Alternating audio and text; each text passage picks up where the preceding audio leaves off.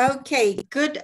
A very warm, good afternoon to everyone from the warm city of Johannesburg. Welcome to the second day of the second leadership conference. I am Dr. Naidu. I'm a senior lecturer at the University of Johannesburg, and I am happy to co-direct the program for today with Mr. Chelisa Nkabinde. Chelisa, if you want to introduce yourself. Thanks, Dr. Naidu. Good day, everyone. We're excited to be at this conference together. My name is Chelisa Nkabinde. I'm with the Innovation Unit within the NECT. And it's good to be together today, and I look forward to an engaging discussions, and I will see you later. Over to you, Dr. Naidu. Thank you, Mr. Chelisa. The theme for day 2 is good governance and economic resilience. Those are very profound terms if you look at the current situation of education in South Africa. If you look at good governance, what is basically good governance? It has various characteristics, and any institution will experience challenges if there isn't good governance. So if we look at good governance, you've got to follow the rule of law. There's got to be transparency. And I think the most important of all is there needs to be systems and processes in place so that good governance prevails. Then if you look at the other part of the theme for today, it is economic resilience. What then is economic resilience? And that's going to be the focus of this afternoon's presentations. Today, I didn't. What is economic resilience? It is the ability to recover quickly. And if you look at the past 2 years that we have had the pandemic, lots of us, most institutions, even the citizens of the country, we have recovered. We have developed a sense of economic resilience, and I think it is just now that we move forward with whatever we have grasped from or learned from this pandemic, and we move our institutions from point A to point B. Overall, this conference is going to be very enlightening for all the attendees, and I want to just bring in now our very first item, which is a poetry recital by Mpho Motlana. Over to you.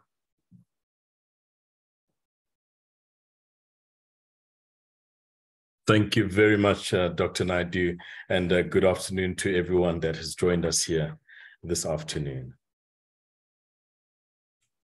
Letter to Someone Living 50 Years From Now by Matthew Alsman.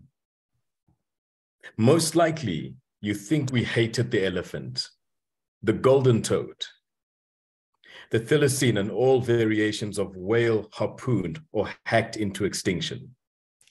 It must seem like we sought to leave you nothing but benzene, mercury, the stomachs of seagulls rippled with jet fuel and plastic. You probably doubt that we were capable of joy, but I assure you, we were. We still had the night sky back then, and like our ancestors, we admired its illuminated doodles of scorpion outlines and upside-down ladles. Absolutely, there were some forests left. Absolutely, we still had some lakes. I'm saying it wasn't all lead paint and sulfur dioxide. There were bees back then, and they pollinated a euphoria of flowers so we might contemplate the great mysteries and finally ask, hey guys, What's transcendence? And then all the bees were dead. Thank you. Thank you for that wonderful rendition of that poem, Mpho. I would love to have been a student in your English class. I really like the way you articulated that, and it came with lots of passion. Thank you. That's wonderful, wonderful. The next item on the program is our very own Mrs. Mankodi Moitsi. She is the CEO of the Kagiso Trust. I think any program would not be the program it should be if we do not have the important message from the CEO of that institution that we are collaborating with. So over to you, Mrs. Mankodi Moitsi. And I hope I'm pronouncing your name correctly. Perfect, perfect, perfect. Thank you so much, Dr. Naidoo. Good afternoon, everyone. I was looking at our background screens, and with the aeroplane that is in air at the moment. And I'm thinking the person who was doing this was right on point, that whatever we are doing today, and we're going to talk about, the aeroplane has left the airport. We really have to move.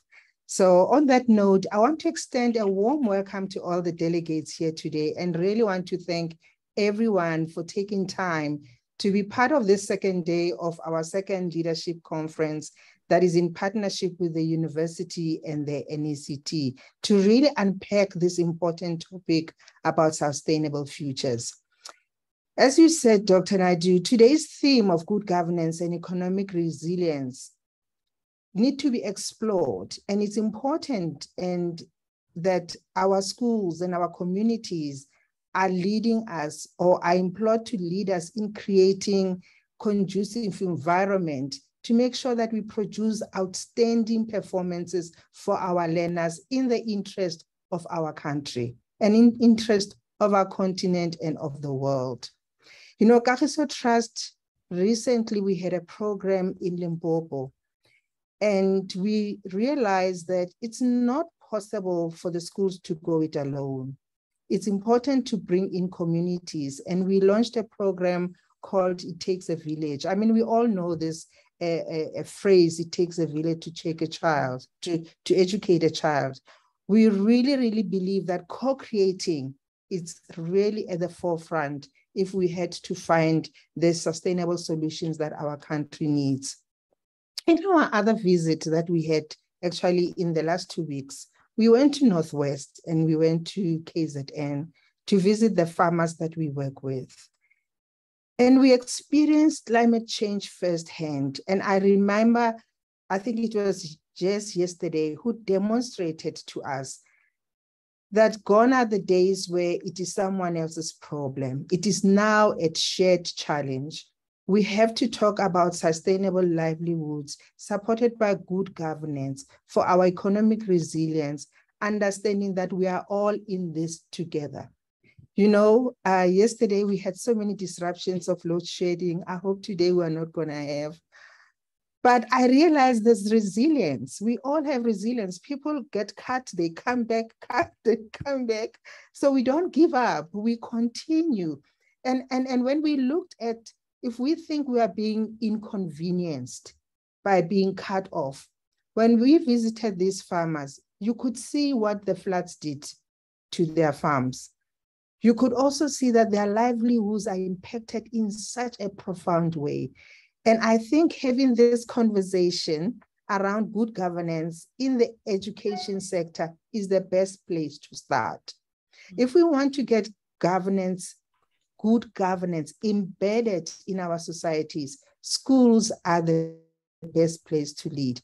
We are looking forward, delegates, that today the presentations will really help us to have deep thoughts and deep conversations on how to make our continent and our country better. So we're looking forward to the presentations and the speakers and the engagements as much as we had them yesterday. So welcome everyone.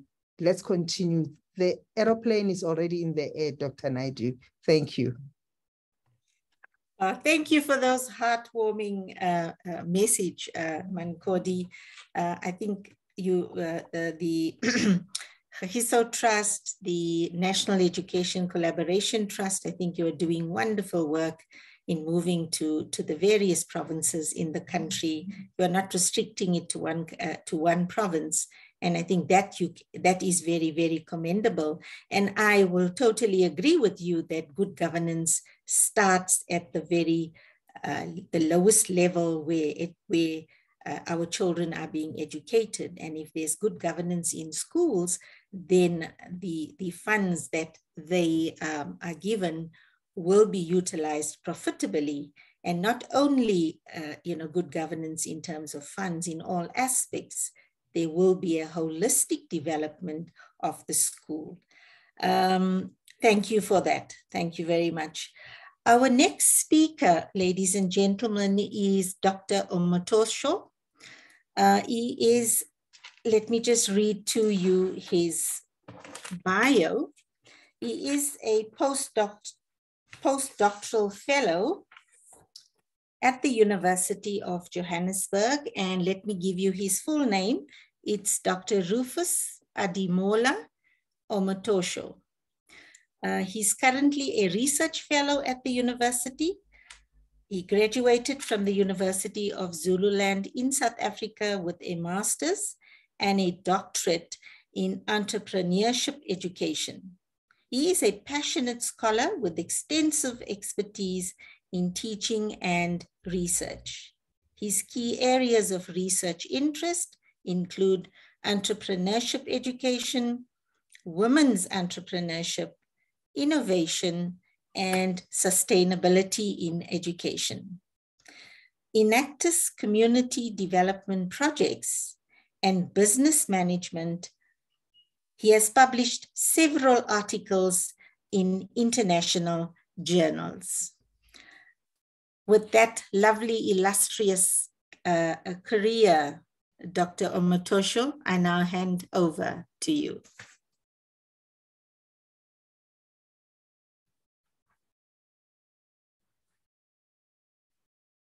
You may go ahead.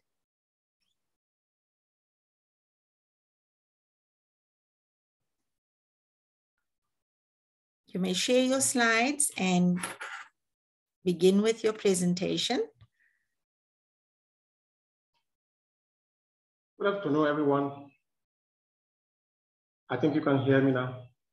Yes, we can. I think if you can just raise your voice a little bit, it will be helpful. Yes, good afternoon. Yes. I'm trying to share my screen is here. I think you can see my screen now. Okay, all right. Yes, now we can see it. All right. My name is Omotosho Ademola.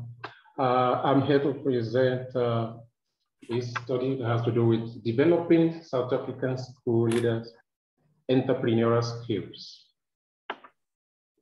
I want to say thank you to my mentor for a tremendous contribution to this study.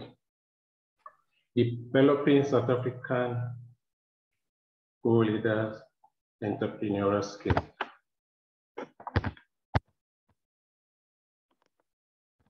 Our world is undergoing radical and disruptive changes.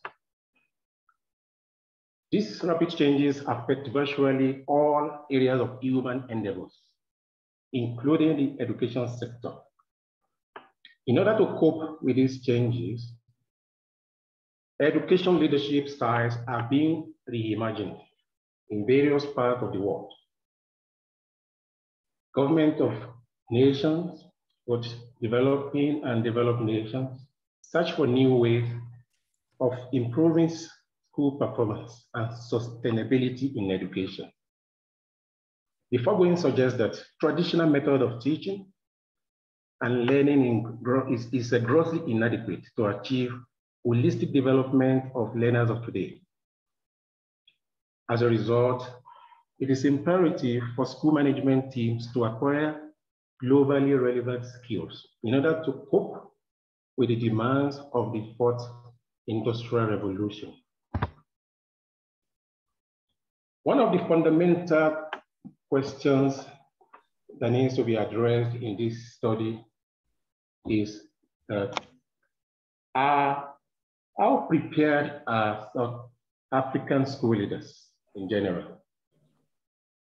How prepared are African school leaders, especially here in South Africa? Entrepreneurship education is on the agenda in almost every country, and the concept has been successfully infused into the curricula of schools in Europe, North America, and Asia. Thus, it is imperative for school managers to understand the changing environment, challenge their operating teams, and continuously innovate to meet this challenge. In other words, the old system must give way for the new system to take effect, which implies that school leaders are expected to act as agents of change in their respective domain.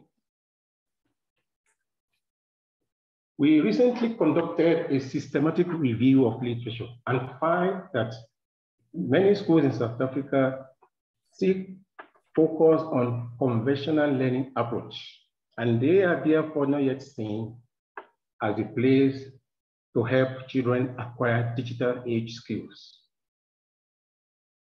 The situation is even more critical in under-resourced schools in rural communities, where quality of schooling ranked very poorly based on international comparison. The foregoing raises questions regarding human capital issues in South African basic education system. In this presentation, the following themes will be discussed in the remaining sections. First is the descriptive analysis. Second has to do with the findings. And the last aspect is the way forward. Based on a descriptive analysis, we make use of this graph to analyze the year of study. Based on this graph, we can see that a greater number of articles that were reviewed were published in the year 2021, while the least percentage of the articles reviewed were published in the year 2013 and 2017, respectively. This indicates that the discussions that surround school leadership and the need to reimagine the phenomenon is gaining momentum, is gaining popularity in recent years. So in order to gain deeper understanding into this concept of school leadership in the fourth industrial revolution, we reviewed 52 articles from 22 different journals. And these journals, we make use of some selective criteria in order to ensure that only highly rated journals are included.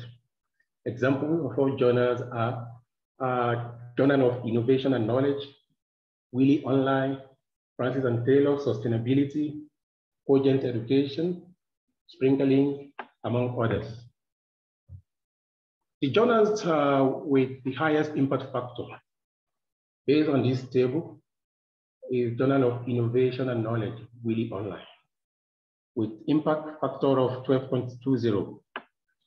The average impact factor of the 22 articles reviewed, or the 52 articles reviewed, the average impact factor of the O is 4.01.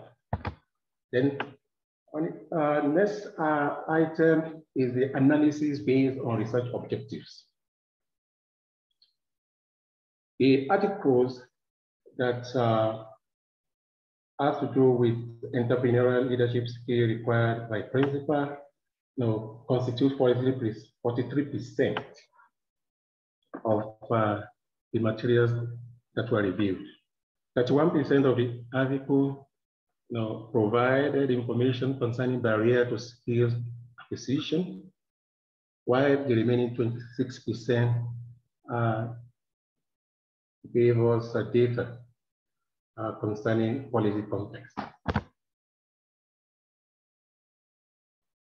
So we came up with findings on entrepreneurial skills required by school leaders to meet the demands of the fourth industrial revolution. In the course of this study, we came across several skill metrics provided by researchers from various walks of life, from various regions and nations. So we were able to narrow down our results to those skill metrics that were universally endorsed by researchers and supranational organizations, such as European Union, UNESCO, OECD. They maintain that for a school leader to be dynamic in this digital age, should be creative, should be innovative in its thinking, should be collaborative, imaginative, proactive, opportunity-minded. And the combination of all these is that such a leader is gradually becoming entrepreneurial. If you take a closer look at the endorsed skill metrics, that is the qualities, the entrepreneurial skills that a school leader needs to demonstrate within the school system, we will find that sustainability minded is highlighted blue in this regard. The essence of this uniqueness is based on the fact that almost everything that we do in the school system, the success of whatever we do is linked to sustainability. It is of no use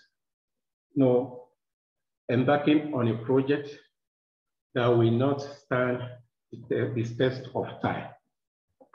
And as far as education sector is concerned, sustainability mindset has to do with ability of an individual to maintain a process, to maintain and also to enhance the process over time.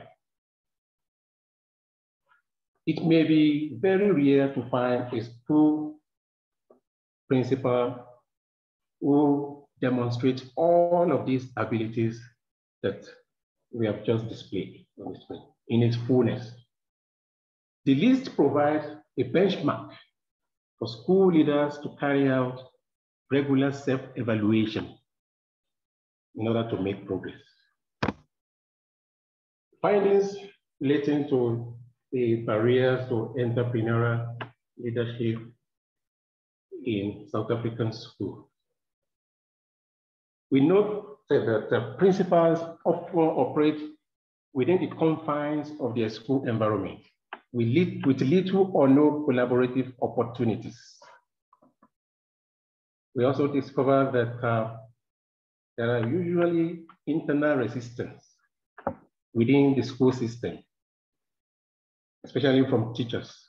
Such resistance could limit the progress of school managers. School management teams in some quarters often struggle under intense disciplinary issues, which undercut their capacity to make progress. So one of the barriers that we discover is that the institutions of higher education responsible for teacher training, they rarely offered skills-based training. Then we also notice that the entrepreneurship education, as is being taught in many schools, has to do with the narrow concept of entrepreneurship. For instance, Educators of entrepreneurship concept usually encourage learners to start developing interest to set up their own personal enterprise. Whereas that is not, at the level of basic education, that is not what is required.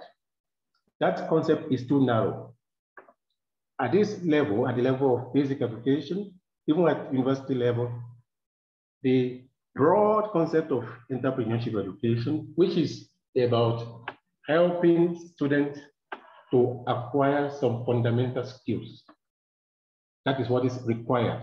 The idea of setting up a business could happen later in life, but at the early stage of training, it's about assisting the young ones to acquire the basic and the fundamental skills that they need in order to survive in this ever-changing world.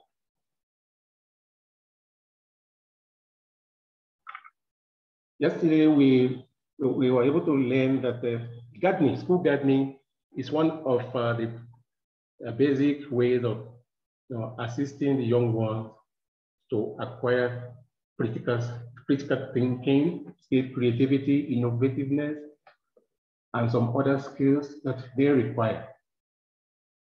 Aside from that, some children can also be encouraged to experiment with activities such as baking of simple food items, production of lemonade, the use of coding.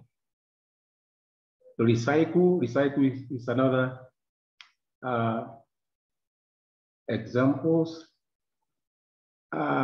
Kids account can be opened for children just to assist them to learn how to save, to instill saving function in them. So the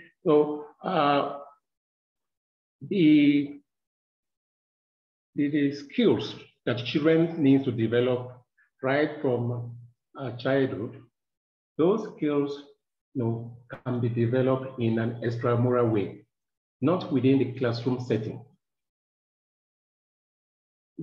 Can I put this question across to our participants on this platform? And that question is, what other hands-on activities help children develop their creativity?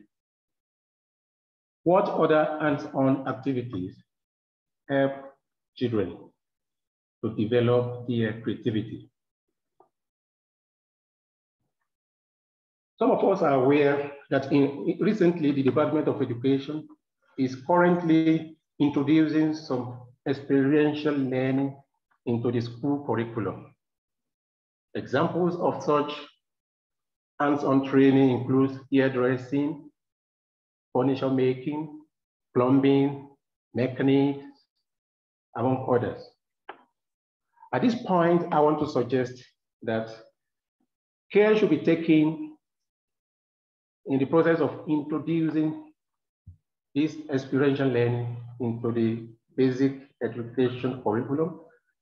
Care should be taken to ensure that the process is not just business as usual. Based on the dictates of the digital age, a touch of creativity and innovation is required to make this vocational training appealing and worldwide.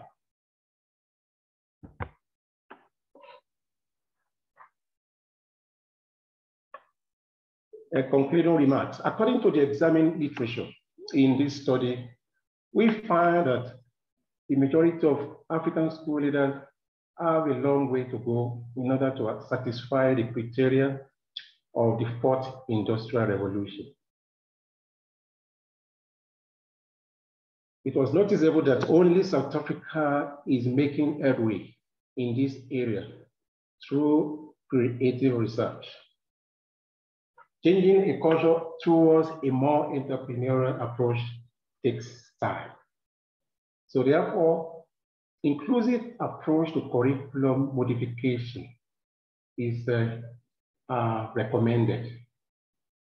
The input of school leaders should be included in curriculum modification. Frequent imposition of new curriculum rarely produces results. Imposition of new curriculum without the input of the school leaders. The economic and environmental limitations that face school administrators and teachers have to be taken into account while modifying the curriculum. School leaders need to be courageous enough to think outside the box and to challenge existing system of teaching and learning, irrespective of resistance from the system. The cascade approach to school transformation has not yielded the intended result. And the cascade approach often takes place where the example of this cascade approach has to do with the system of UNESCO training, where UNESCO usually train university teachers, for the purpose of changing the paradigm within the basic education system. Such training is laudable, and it is a form of high openers to the participants. Unfortunately, the school leaders, and including the teachers, are always absent. They are not included. They are not invited. They are not invited into such a forum. Probably the intention of organizers of such program is to ensure that the training trickles down from top below. But in most cases, it does not produce the desired results. Then universities and institutions involved in teacher training and professional development in South Africa should make effort to train teachers based on the dictates of the fourth industrial revolution. Foundational skills such as creativity and innovativeness should be entrenched in the school curriculum, right from primary school level, as it operates in the Finnish system of education. The idea of education for all needs to be synchronized with education for relevance. This will help to ensure sustainability of schools. Finally, in order to make progress in this regard, education must be considered as a tool for innovation. That is, the institutions of learning must not underestimate the reason for their existence. Rather, they need to consider their existence as vital and important for meaningful innovation. Thank you very much. Thank you very much, Dr. Omotosho, for sharing that lovely research with us. It's a very topical area that you've examined, and I must also allude to the fact that principals are, and they should be, the agents of change. But together with that, I think it's important that they work collaboratively with the rest of the school management team in taking the school to a new direction if there is a need for that. There are some questions in the question and answer slot. There's one from Jessica Ronaisen. How do we propose entrepreneurial skills be prioritized for school leaders, principals in terms of training? Budgets usually don't include these. That's the first question. If you would like to respond to that, Dr. Omotosho. How do we propose entrepreneurial skills be prioritized for school leaders or principals in terms of their training? because the budgets in schools and in some schools do not make provision for that? Okay, when it comes to acquisition of entrepreneurial skill, formal training may not be the most important factor to consider. Those skills can be acquired over time through experience and through involvement in hands-on projects. So formal training in form of conference or workshop that has to do with paperwork may not be effective for school leaders to acquire skills. Then another point I noticed is if it is possible for school leaders to have entrepreneurial networks. Networks where innovative ideas can be shared among school principals. The networks could be formed in form of at district level, at national level, at provincial level. It may take place, a platform like Facebook or any other social media could be very good in that regard. So those principals that are currently making progress could share their testimony with others for them to learn. So it may not necessarily happen through formal training. Okay, thank you so much. There's another question. It's a comment with a little bit of a question. Business skills are not always seen as critical in an education context. How do we motivate for this to change? And this question is from Jessica. Businesses are not often seen as important. Yeah, business skills are not always seen as critical in an education context. How do we motivate for this to change? Okay, when we say business skills are not exactly the same as entrepreneurial skills. So business skills, when you mention business skills are much more relevant to business leaders in the corporate world. Even though certain components of business skills are also useful for school leaders. So instead of focusing on business skills, we will rather talk about entrepreneurial skills for school leaders. Okay, and the last question, Dr. Motosho, were there any findings on the ethical requirements for school leaders? Were there any findings on the ethical requirements for school leaders?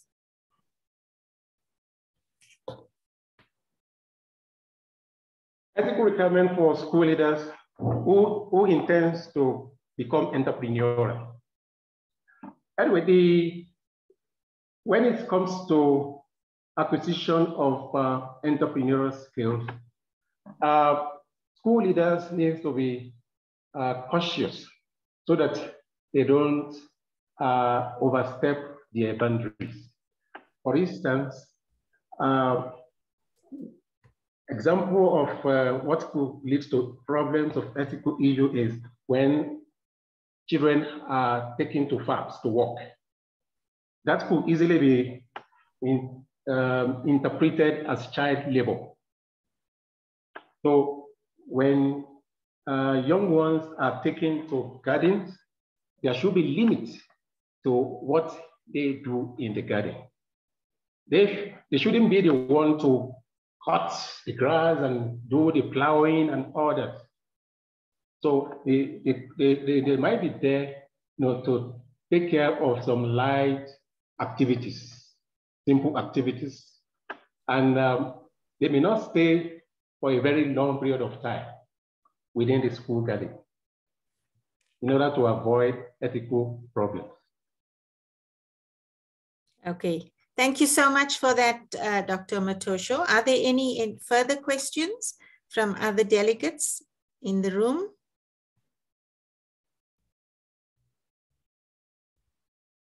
Okay, I don't see any further questions. Let's just go into the Q&A. Okay, there isn't. This brings us to the keynote address that's going to be presented by Professor Kat Yassim. Professor Kat Yassim is an associate professor in the University of Johannesburg, Faculty of Education. She teaches and supervises at a postgraduate level. She previously served as director of school at the Nelson Mandela University Faculty of Education.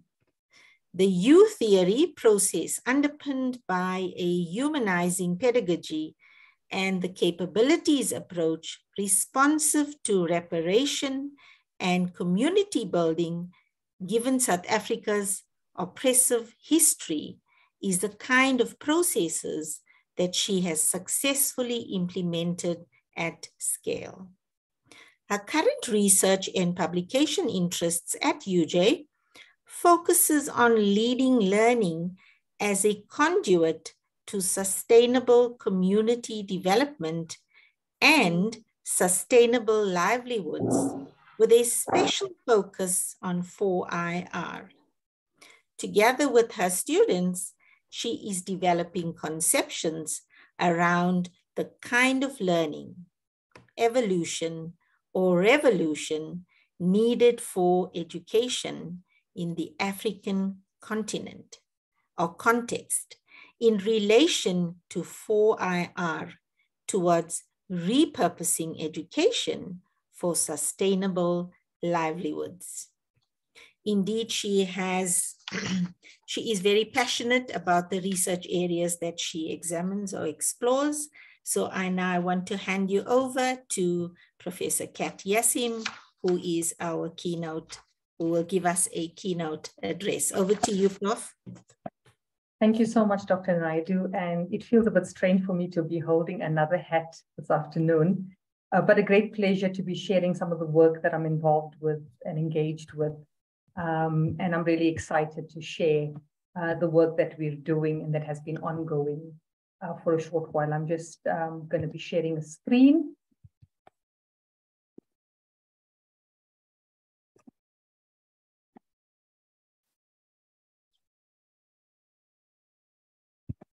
Is it possible for you to let me know if the screen is visible?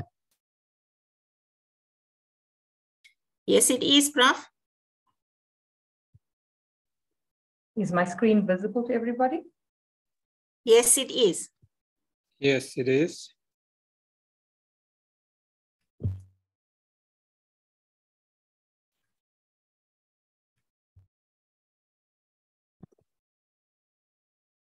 My presentation for this afternoon is entitled From a Classroom to a Plate of Food, Leading Education for Sustainable Livelihoods in the Era of 4IR.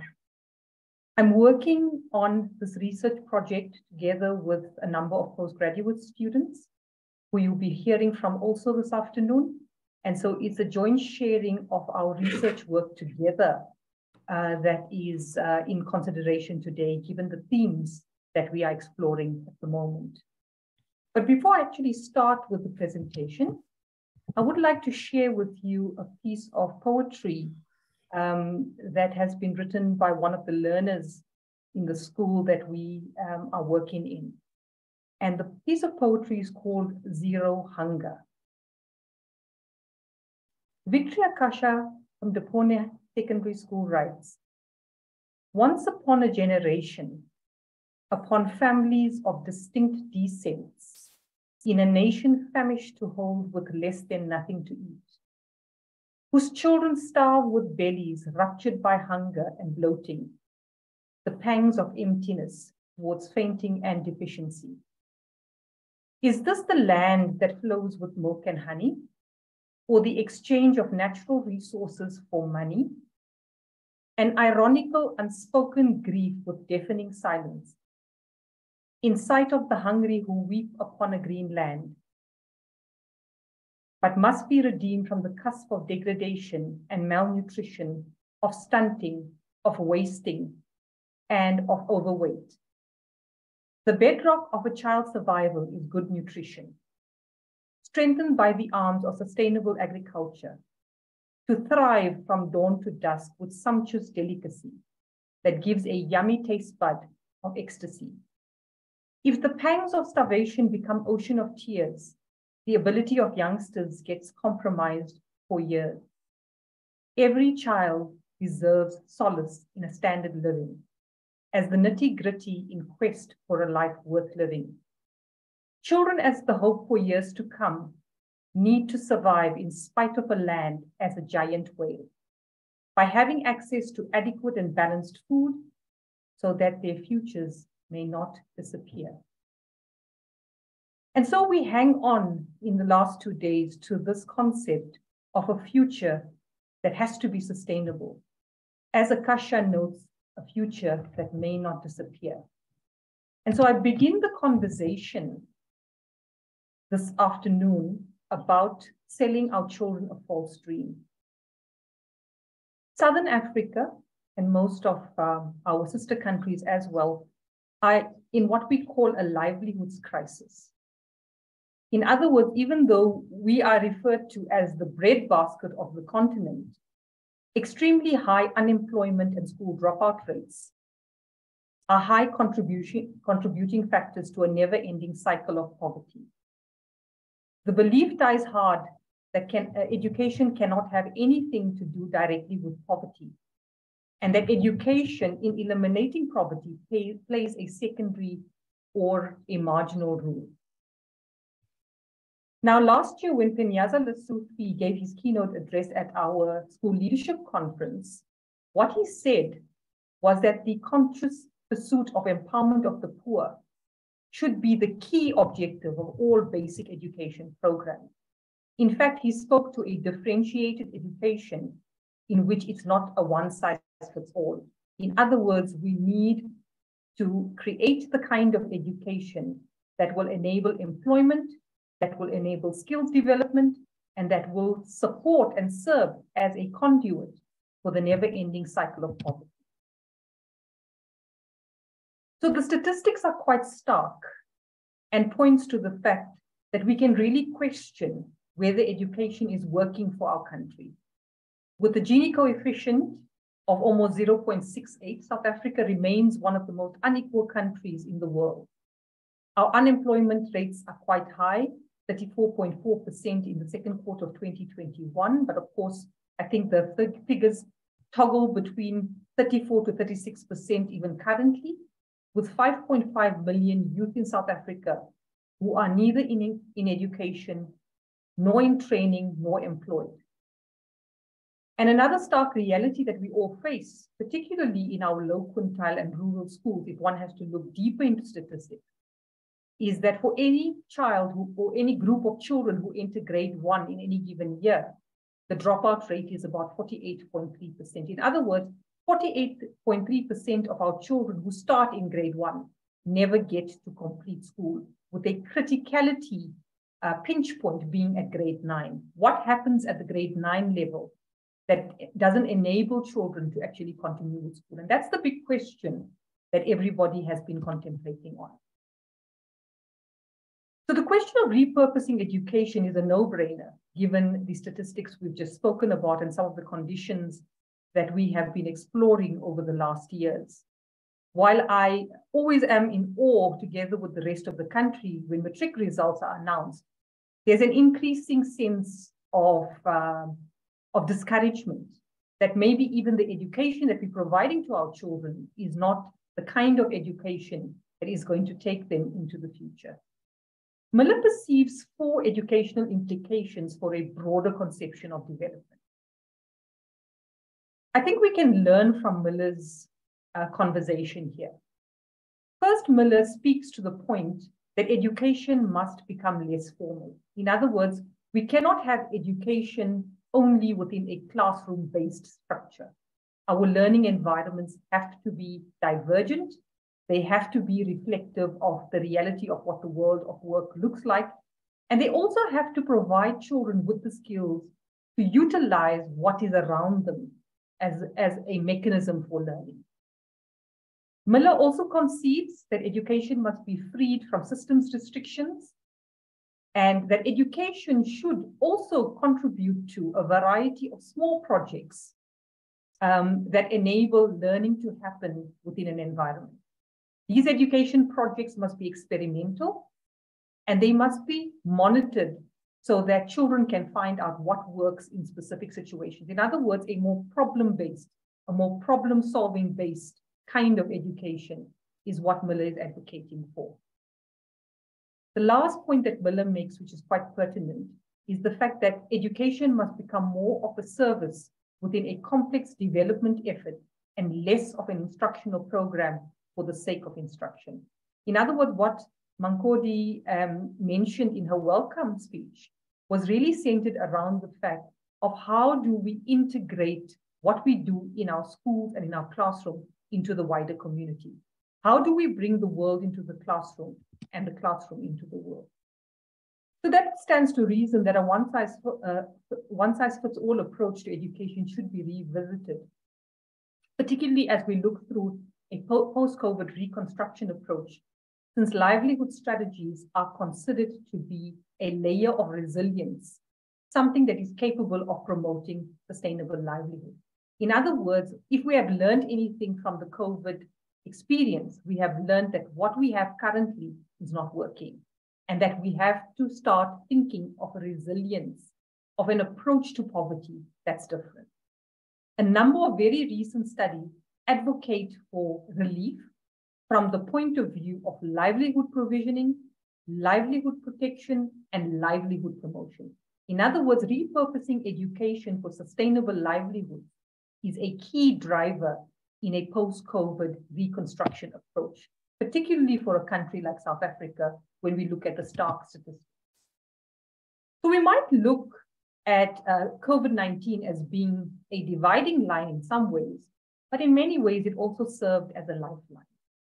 So the main focus of our research project was really to go into schools, particularly where school principals were grappling with much more than providing an education to children, where school principals were grappling with everyday living, with survival, with communities and homes that had been dysfunctional, and where the school had to step in and become the place of hope. So this research seeks to empower school principals towards a reorientation of the purpose of education, so that contextually relevant livelihood pathways that could lead learners towards being prepared for sustainable livelihoods becomes the forefront of education. This impacts all our students, whether they complete their schooling career or not. Robert Chamberlain's very, very early, quite long ago, proposed livelihoods as something that can include food, health, a strong family, wealth, and income. It can be described as a level of wealth and of stocks and of flows of food and cash, which provide for physical and social well-being and security against impoverishment. Now, when we think of a livelihood, or when we think about the capacity to earn a living, the first thing that comes to mind is the first part of Robert Chambers' definition, where how can somebody get the skills in order to be able to provide for themselves by way of an income and for their family, but also at the same time be able to have the capacities to grow that wealth to get out of poverty. But Chambers goes further and asks us to contemplate further on this process of livelihoods when he says, but there is also the quality of living and experience, the value that people set on the familiar, on being needed, on a purpose and a role in life, on love, on religious observations, on dancing and song, festivals and ceremony, on things in their seasons and bringing in the harvest. When we look at the second part of Chambers' definition, what we see there is a quality of living. The idea that a human being can feel needed and that their cultural dimensions also have a place in terms of what we see as a quality of life. So the quality of life in Chambers' definition of a livelihood is not so much only bringing in wealth, but also counter to that, bringing in a giving back process in which somebody feels needed, there's a value on that person's presence, but also their particular orientation to culture and religious observations is also forefronted. If you think back to the farmlands, to the ground, to the soil in African culture, festivals, ceremonies, songs, harvests, seasons, all have indigenous knowledges attached to them, much less the agricultural effort of growing food. Where is the place for all of this? And how do we bring it into our classroom if we are to follow Chambers' considerations of a livelihood? So given that we are wanting to empower school principals, we're wanting to use Chambers' definition of what a livelihood actually means, we embarked on a research journey that utilizes participatory research methodology. And you'll hear a little bit more about these methodologies, both from myself, but also from the students who will present in a little while. When we do or engage with participatory research, we are researching with people. We are not researching on them. In other words, people who we work with as research participants are involved in the research process every step of the way. We make no decision without consultation. We do not negotiate the parameters. We are there in respectful consideration that people can find solutions for their own problems. In the picture, you can see at Matla Primary School in Hoedspruit, one of the teachers is showing me some of their thinking, some of the planning processes that has gone into their food garden. I am not guiding them on what is it that they need to put into that garden or how they need to work that garden. They are guiding me on what they think their possibilities are. Minkler points out that there's a difference between research that is community-placed and one that is community-based. I would say that our research is community-placed. It requires the authentic collaboration rather than the token involvement of the people that we work with. All our participants are active agents in improving their own and in their community's quality of life. So with the result, we will do this research with them for a while, until the funding lasts, until the students graduate. But when we leave a research site, that research does not go with us. It remains a process in continuation because we have empowered people to continue that research. For the purposes of our participatory research, we use participatory action, learning action research and visual participatory research methodologies, which include metaphor drawings, digital stories, and a whole host of other visual mechanisms by which we use as instruments for the purposes of the study. In my presentation today, I want to focus on our work in Hoedspruit. And in this particular agricultural setting that is at the border of Mpumalanga and Limpopo, we work with a primary school and two secondary schools. We work with Matla Primary School, with Depone Secondary School that offers the agricultural sciences, and then we also work with Kwano Secondary School that offers both agricultural sciences and agricultural technological sciences. There's a video that I'd like to play that just orientates us around these three school contexts. This video was shot before our research involvement in the area and provides some idea about some of the baseline kinds of contexts that we found before we went into the research. Mitesh, if you could play me this video, please. The Hoedspruit video, if you could play that for now.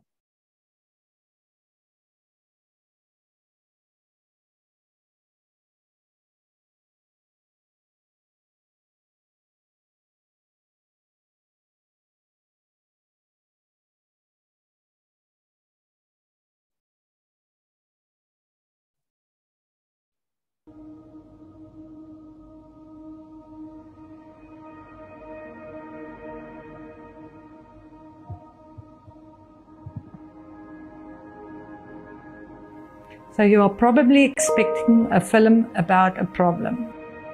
Well, you would be right, kind of. This is a story of how people like you, me, and companies around have put solutions to this problem. This is a story of how a community closed the gap.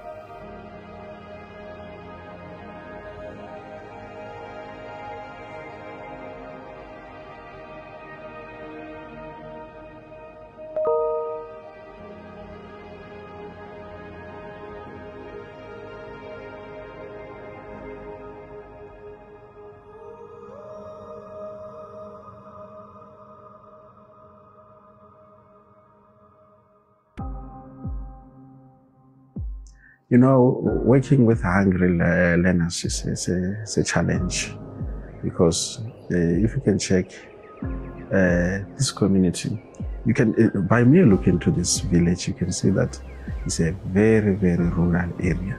This area that we are has been identified as a poverty nodal point by government. I don't think we have any idea the reality here. I mean, we have over 100 families here, which during the time of the lockdown were in dire need of food. If I remember correctly, they have about 40% of the kids are sort of without parents, and some of them are actually, you know, child-run households. Some of the kids are staying with other people, but they're all orphans.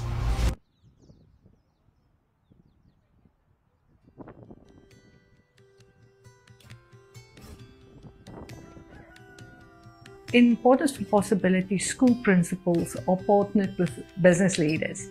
In this specific case, we had 4 performers as business leaders, and then people from the community, other business leaders, to partner with the schools as well.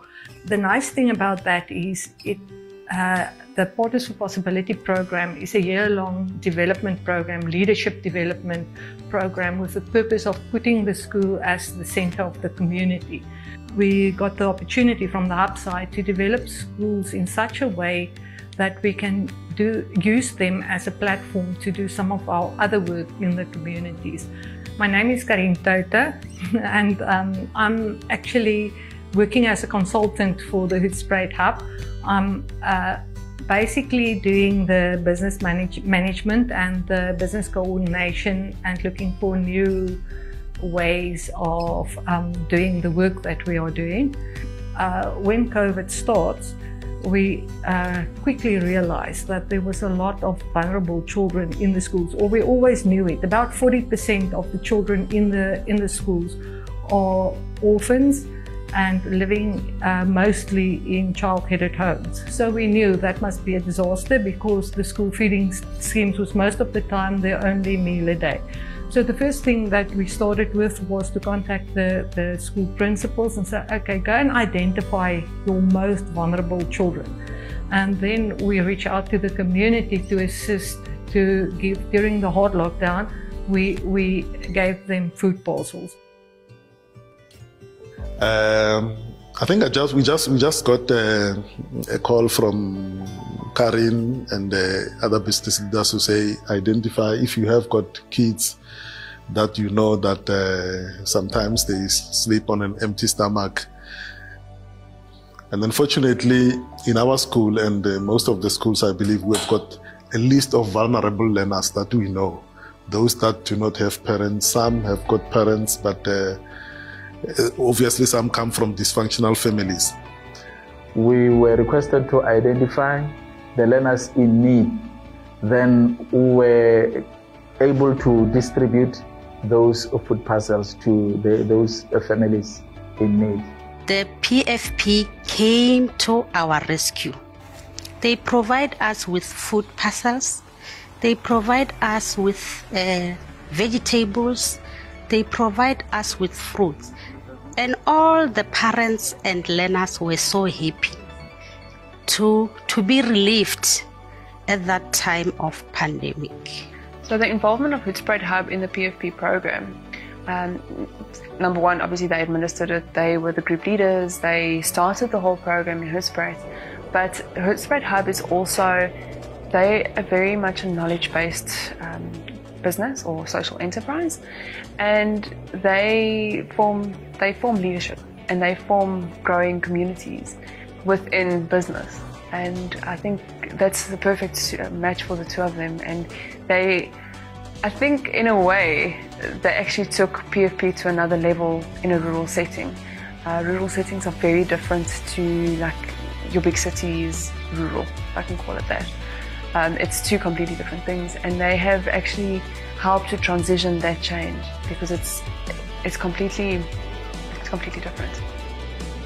We fed about 800 children every 10 days with food parcels for 5-6 weeks, but we very soon realized that that was not sustainable, and we realized that we need to keep on substituting the school feeding programs because that is a very basic program.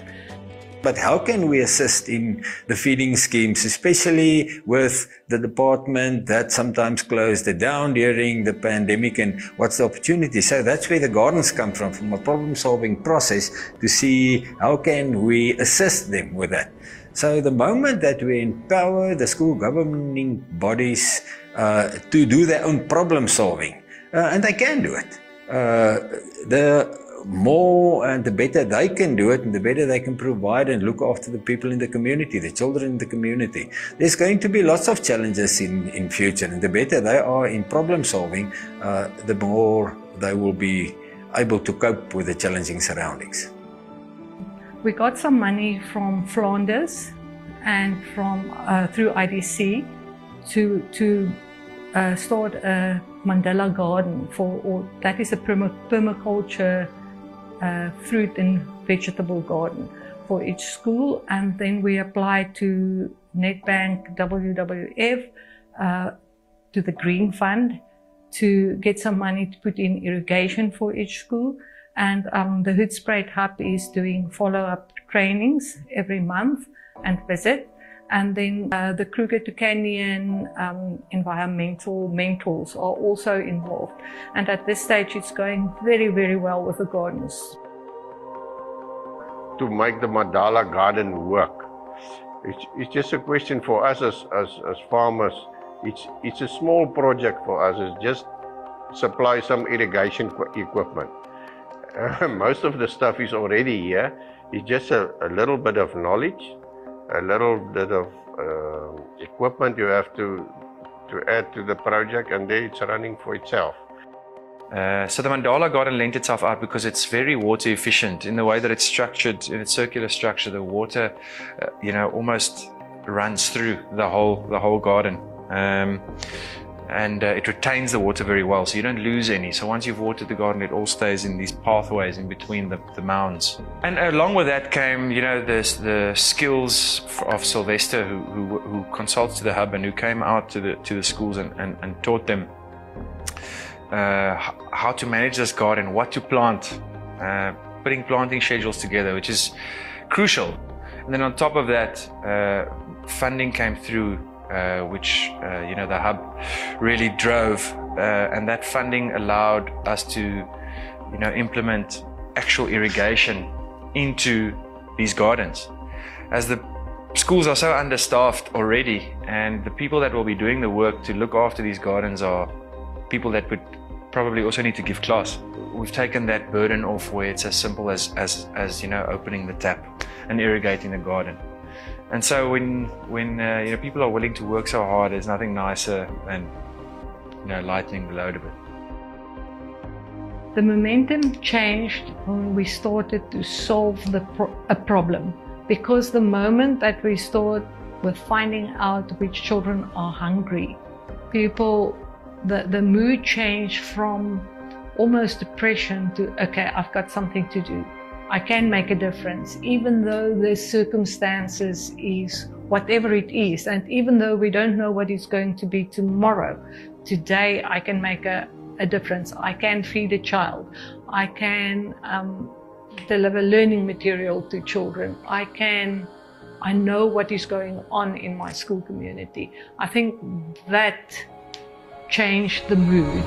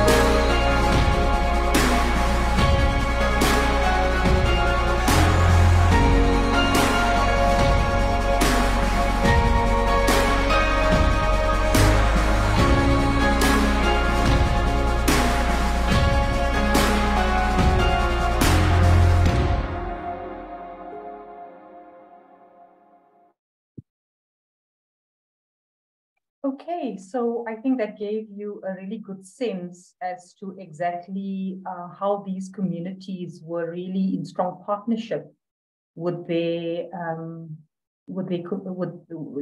schools, and how these mandala gardens had originally started as a solution to some of the COVID issues, and obviously everybody became invested in how this could be a space. But from what you saw in that previous video, a lot of the energy and effort into this was put in by the folk at the school, community members that worked in there as volunteers, but also certain farmers from the surrounding areas, because that's what children see in the area. They see the agricultural farms there, and it was these farmers who also, in collaboration with the school principals, embarked on these food gardens that became a provision for children. And I think by the time we got there, the school garden was supplementing the school feeding scheme.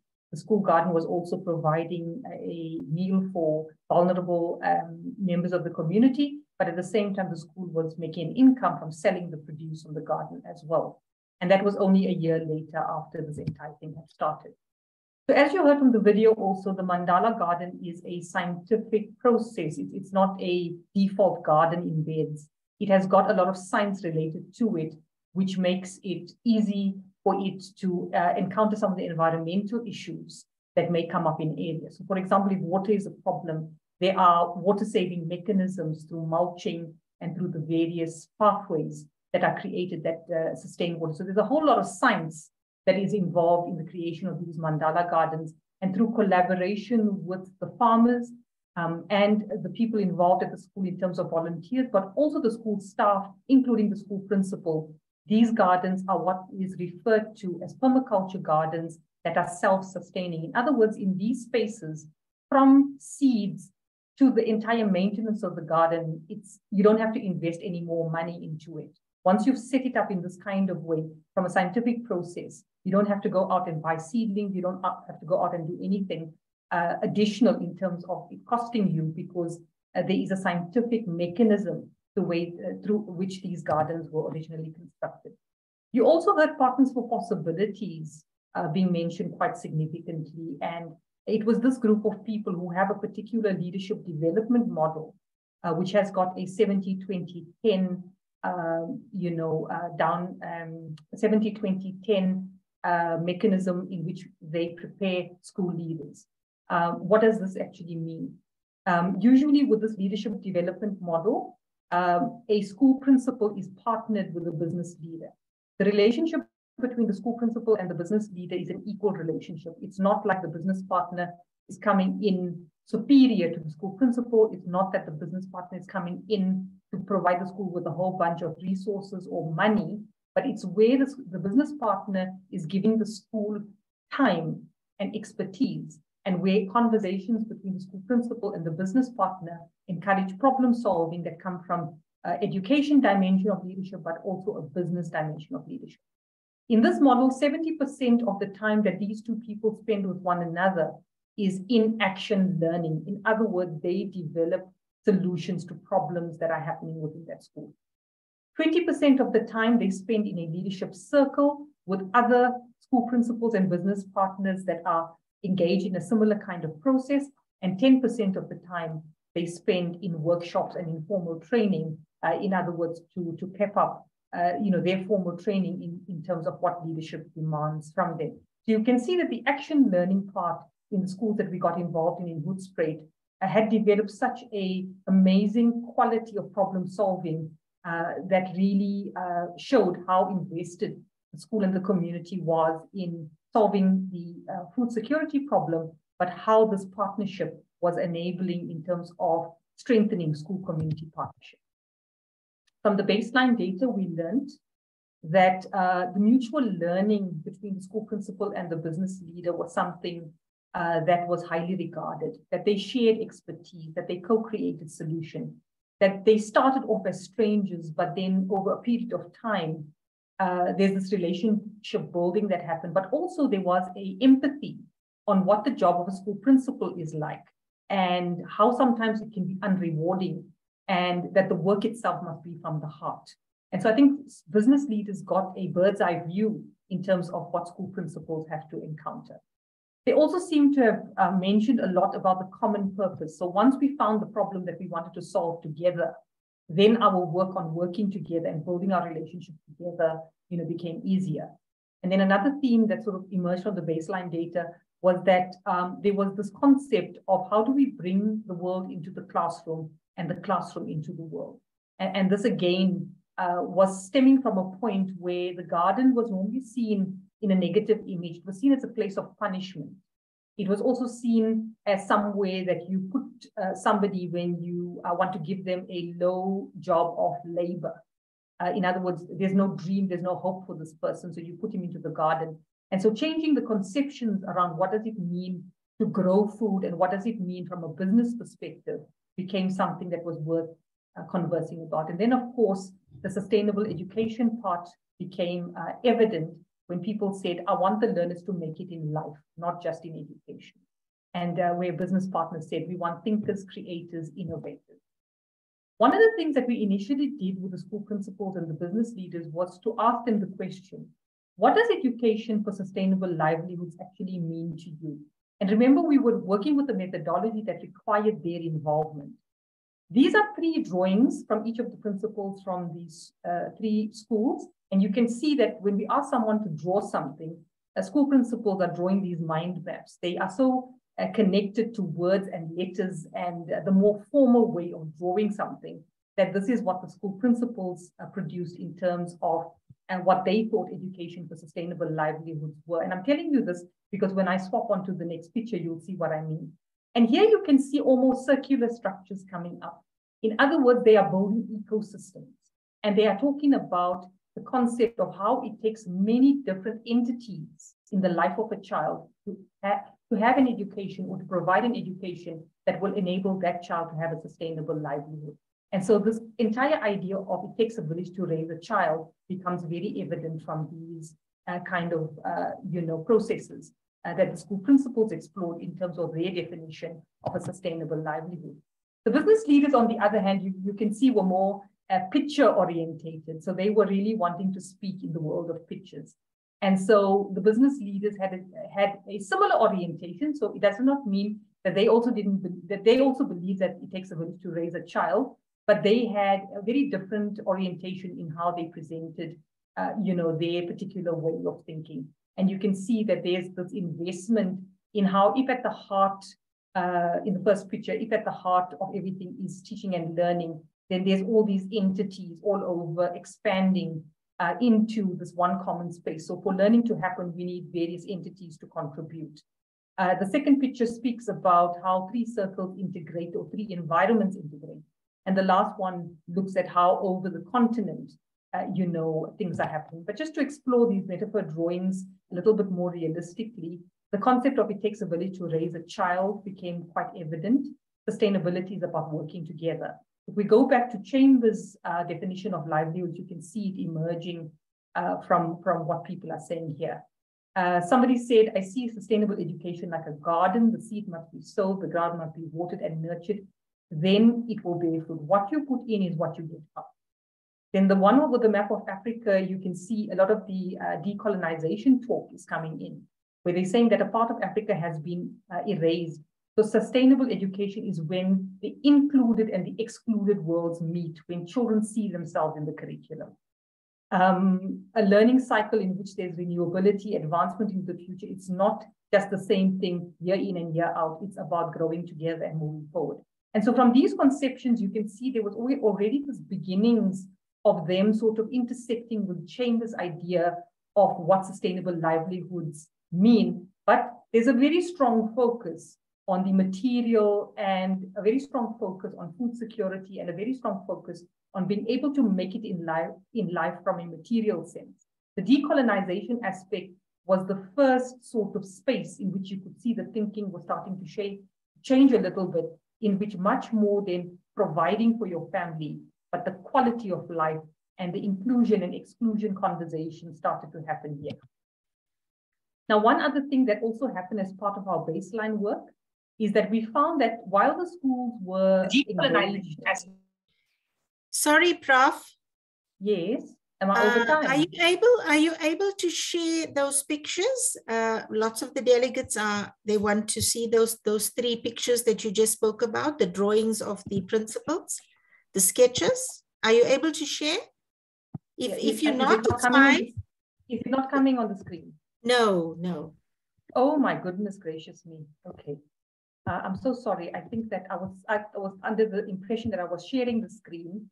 And also time is of the essence. Okay, just give me a second. I'm sorry, man. I did not know that the screen was not being shared. I'm so sorry about this. Okay, let me just go quickly back. Okay, so I think that we had sort of ended here, and then I spoke a little bit about the Mandala Gardens and the science related to it. Then I spoke about the Partners for Possibilities Leadership Development Model of the 70-20-10. I really am sorry that none of this came through.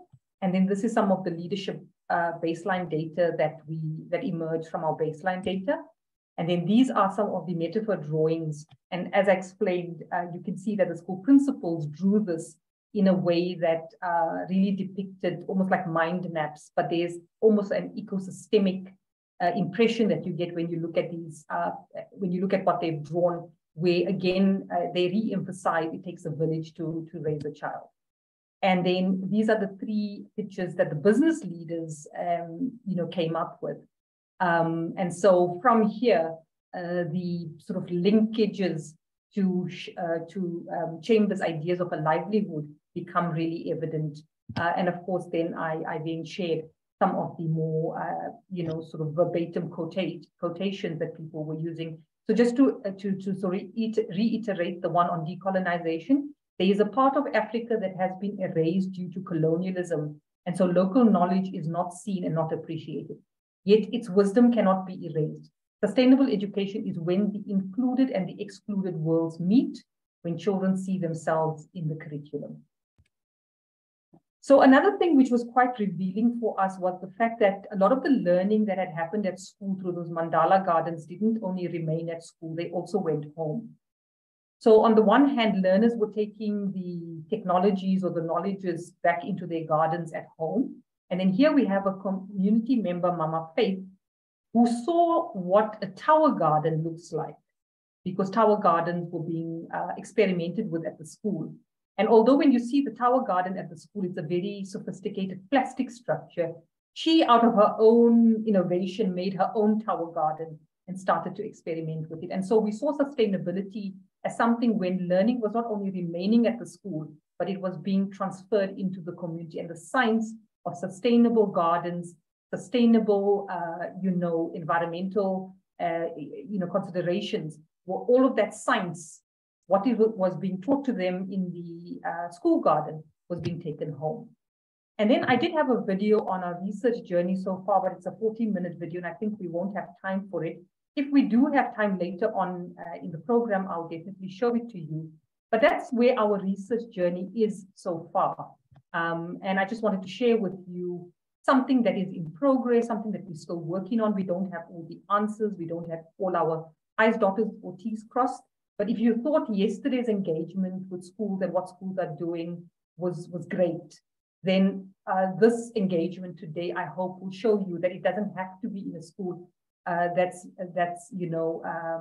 taken care of, by a university, but that it can happen in our regular schools, in our rural areas as well. And with that, I want to say thank you so much for indulging me, and apologies again that my PowerPoint was not showing. Okay, thank you so very much, Professor Kat, for that lovely illuminating presentation of the 3 schools, of the research work that you are busy with. And I think you and your postgraduate students deserve all the praise for embarking on such a difficult, Hoedspruit from Johannesburg, I don't know it in terms of kilometers, but I think it is a distance. And the passion that you exude in getting this research done, collaborating with those principals, and I think also the different characteristics that those principals demonstrate, I think it is so indicative of the passion that they have in turning their schools into centers of community work. And I think that we could really give them lots of praise. I think what also came out for me in your presentation is it links nicely with the one characteristic that Dr. Omatosa pointed out, that great school leaders are reflective of being opportunity-minded. So they look for these opportunities and they seize them, and they then turn their schools into these lovely centers where everything happens. So your presentation was really very, very good. And we definitely see the passion. Is there any question, are there any questions from our delegates? Comments? Let me just check the Q&A. I don't see anything here. Any questions? Comments, thoughts that you'd like to share? Nothing. All right. We'll go now to the next item, and that would be the Mentimeter. And the question for today is, what kinds of third spaces of learning do schools need for education for sustainable futures? Mitesh, if you can put that question up. What kinds of third space learning do schools need for education for sustainable futures? I'm just going to give you a few minutes to record your thoughts on that question. And whilst you're doing that, I think we'll move on because we are a little bit short of time. I didn't want to stop you, Prof. Kat, because I think all the delegates were really enjoying your presentation. So we'll try to make up for the little bit of extra time that you had taken. No problem. All right. Whilst you're busy with the Mentimeter question, I think we can go on to our next presenter, and that is Katie Setoli, and she's going to be presenting on school community partnerships. Let me just let you know who Katie Setoli is. She's from the Limpopo Department of Education, the Capricorn North District. She's currently working as a senior education specialist for natural sciences and technology. She is a member of the national training team for coding and robotics. So you can see she's very technologically inclined. The NTT is responsible for coding and robotics training and orientation for subject advisors in the province, and the teachers for piloting schools and monitoring and supporting the implementation in schools. She was a physical science and mathematics teacher, a departmental head, and a principal of a secondary school before joining the curriculum section in the district. She holds a master's degree for education leadership and management, and she's currently a doctoral fellow researching the school community partnership, a conduit for leading education for sustainable livelihoods, IR. Over to you, Ma'am Setoli.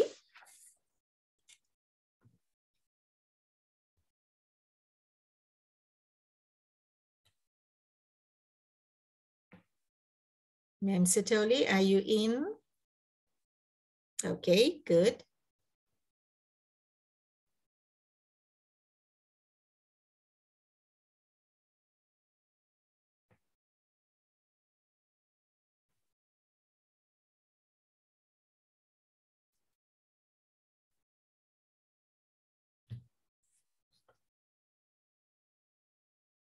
We don't see anything thus far.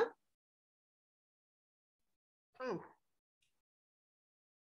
But from my side is staring. Let me retry again. Okay. We did see the slide that said thank you. I think you just needed to move. You needed to move back to the first slide. Dr. Naidoo. Yes, I was at the end of my presentation. Dr. Naidu, there's a hand up in your chat, your panel. Okay. Just have a look. Thank you, Dr. Naika.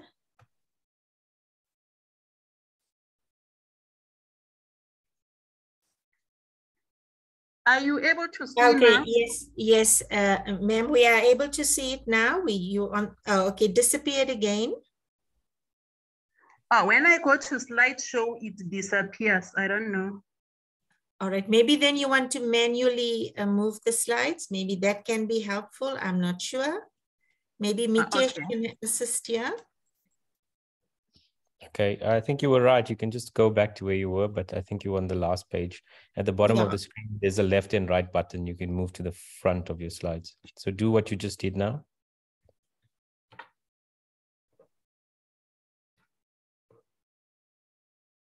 Okay, yes, we're seeing the first slide. You may proceed. So yes, it's like when I press the slide, this one, resume slideshow. Let me try it. Are you still seeing it? Yes. Now it disappeared. So now at the bottom of your screen, on your left-hand side, just go to the left. Go to your go to your slides and then.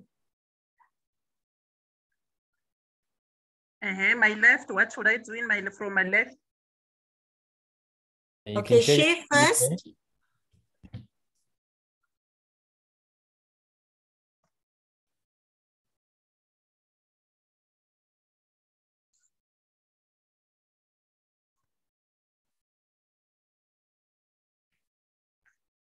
Is it okay? We can see the very first slide. Okay. Slideshow. Is there a way that she could do it oh, it's disappearing. Okay, so just leave it there. So on your bottom left corner, there's an arrow button there. You can just go left and right. Okay, now okay. Again. All right. No, it's fine. Okay, go ahead. No, thank you very much. Good morning, good afternoon, program directors, Prof. Katz, my supervisor, all panel members, and all the participants. Thank you very much for the opportunity. As I was introduced, I am Katisi Tole, a PhD candidate under the Faculty of Education in Leadership and Management at the University of Johannesburg.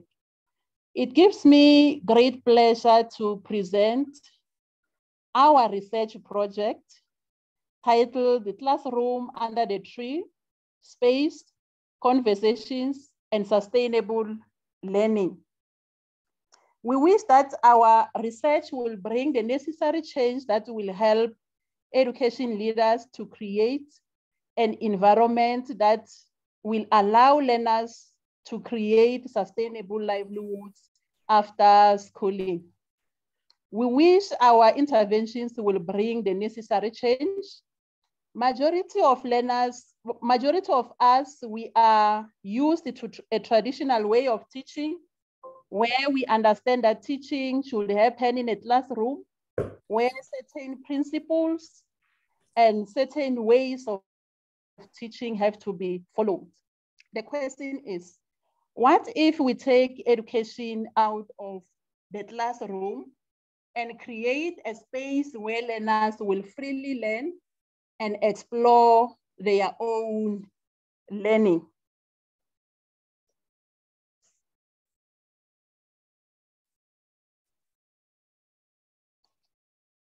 I'm trying to move the slides. I'm going to the second slide, which is not moving. Okay. It is believed that when a learner works hard, study hard, and do all the assessments that are given to them, they will pass matric, they will go to the university, and they will come back and get a fancy job that will help them to live the life they wish to or the life they hope for. In our country, we have very high rates of unemployment. high rate of school dropout, which contributes more to the poverty that is experienced every day, more especially in rural areas. Although the graduate unemployment rate remains low in South Africa compared to those of other educational levels, unemployment among the youth continues to be a burden irrespective of the educational level. Like Prof will always say, are we not selling a false hope to our learners? Almost half of the number of grade ones in any given year drop out of the school before completing their grade 12, which is at around 48.3%. The unemployment rate and the dropout rate brings to the question if there is a possibility of repurposing education for the children to survive and to create the quality life they wish to have. COVID-19 exposed a lot of inequalities in the education system, where we have seen some learners not going to school or accessing education during lockdowns, where schools have to opt for rotational timetables in order to accommodate the learners in their schools. This is clearly indicating to us that the one-size-fits-all approach is not working at all. School failure penalizes the learners or a child for life. The learners who leave school without completing matric or having any skills or life skills, they have got fewer life prospects, which exacerbate the poverty in our country, more especially in the rural communities. As Dr. Omotoso have indicated, that DBE is introducing a 3-stream curriculum model with the hope that it will better equip our learners beyond the classroom. Mr. Thavani, the MST director at DBE, indicated that more of practical work should be done by learners rather than focusing more on theory. He mentioned the 2 streams, the vocational and the occupational, provide more practicals, which will allow learners to learn by experimenting and doing things on their own, which is better than the recalling method. Our youth need education that will lead them not to the university only. There is nothing wrong about going to the university, but to lead sustainable livelihoods. This is our research. We are doing it in Hoedspruit, as Prof already mentioned. Hoedspruit is a rural community under Maruleng municipality. This community is centered on farming and traditional subsistence agriculture. Most schools lack basic services, the water, electricity, telecommunications, and sanitation around the area. The rate of unemployment is very high. Only 28% of the people from these communities are working in the agricultural sector. The old African proverb, which is saying, I think it has been mentioned several times today, that it takes a village to raise a child. Repurposing education needs all stakeholders to come together and think of better ways to prepare learners for the livelihoods. School community partnerships are necessary. The main focus of this study is to empower the school principals towards a reorientation of the purpose of education that develops contextually relevant livelihood pathways that could lead to learners to sustainable livelihoods. Taking Hoedspruit as it is, its economy is around agricultural sector. which means the food garden is the appropriate way of trying to solve the problem that the area is having. The research methodology for this research is PALA, which is the participatory action, learning, and action research. We are conducting the research with people, not on people. So this methodology requires that ALSs, that is action learning sets, be formed. On that picture there, the first picture is in one school, Matla, where we were forming the ALS, the action learning set. The duties of the action learning set is to come together, to learn together, to experiment together, and to research together. They agree on strategies to implement towards the goal. For this particular research, the goal is to use the garden as the third space of learning. The schools have already benefited from the food garden in terms of food security. They are getting food, that they are supplements, they are NSNP in the school, and at the same time, they are able to get extra funds that they get after selling the crops to the community members. Since I've already indicated that we are not researching on people, but we are researching with people, the members of the ALSs consist of the school leaders, the business leaders, the SGB members, the community members, even us as the researchers, we are part of the ALS. So we can see the next picture there is the ALS in another school. We are in the garden. Fortunately, it was harvest time, which means we got vegetables to take home. The action learning sets have come up with the action plan. That is an example of an action learning plan that I've put there for one school. Inside this action learning set, we are having the activities. We have got the responsible person who have to perform a certain duty that is allocated to him or her. And the duty of the ALS is to see to it that whatever challenges that they experience or we experience while implementing the action plan, during our reflection meeting, we go back and try to correct it and come up with new strategies that we think will work. In this action learning plan, we agreed that we are going to take some subjects to the garden. Since they are saying all the subjects, there is no subject that cannot be taught in the garden. There is an example of an ATP. There is a history ATP that I've pasted there. The history teacher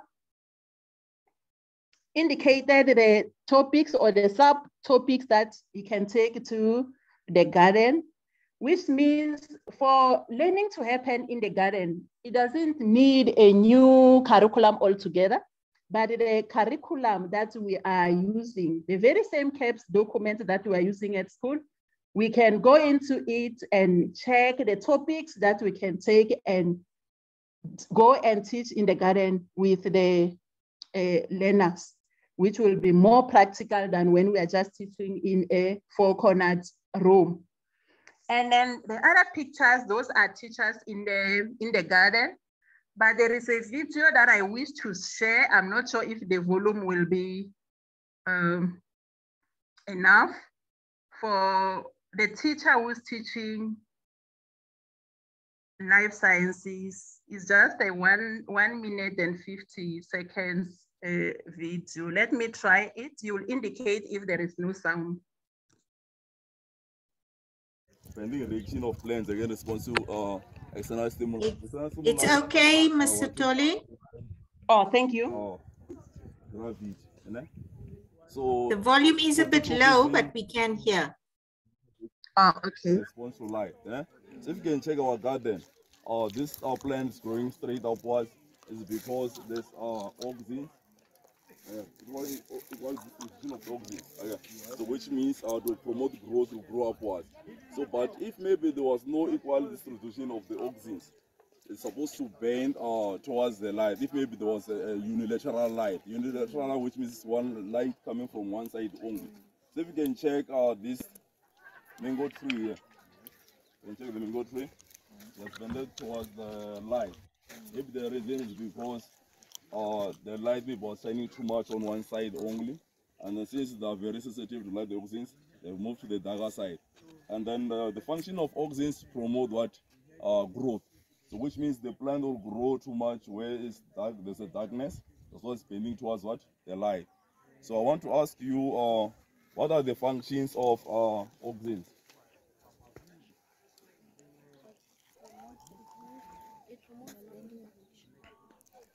It promotes growth, isn't it? Yes.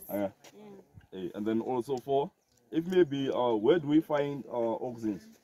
We find oxygens in the tip of the stem. Yeah, so what will happen if maybe I cut the tip of the stem? What will happen? We'll have a lot of branches.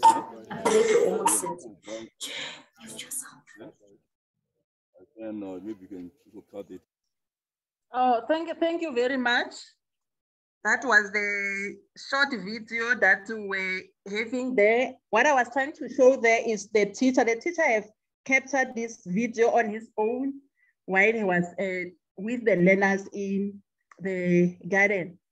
What I have realized is that everyday living is not taught in the classroom.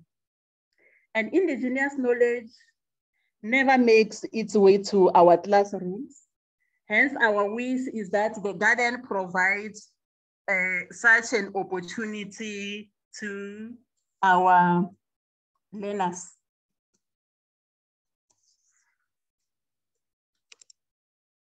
The next video there, the next picture there, as I've already indicated that here, when we are using Phala methodology, we are learning together, we are researching together, which means we are lifelong learners.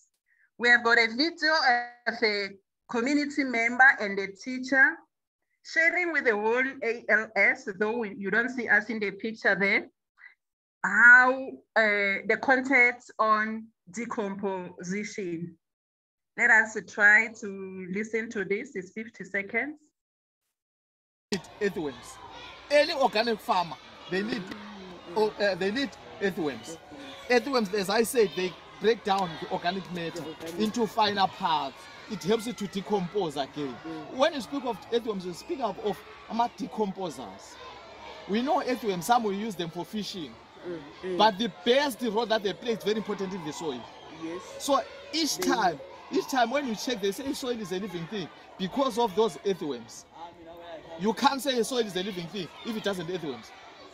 So each soil, if all the soil for a farmer must have earthworms, that's a productive soil. Because so earthworms, they also take part. Yes, in the decomposition process. When they cutting those grass. Yeah, breaking. Thank you very much. So that was our community member and the life skills grade 2 teacher. They were trying to explain to us decomposition.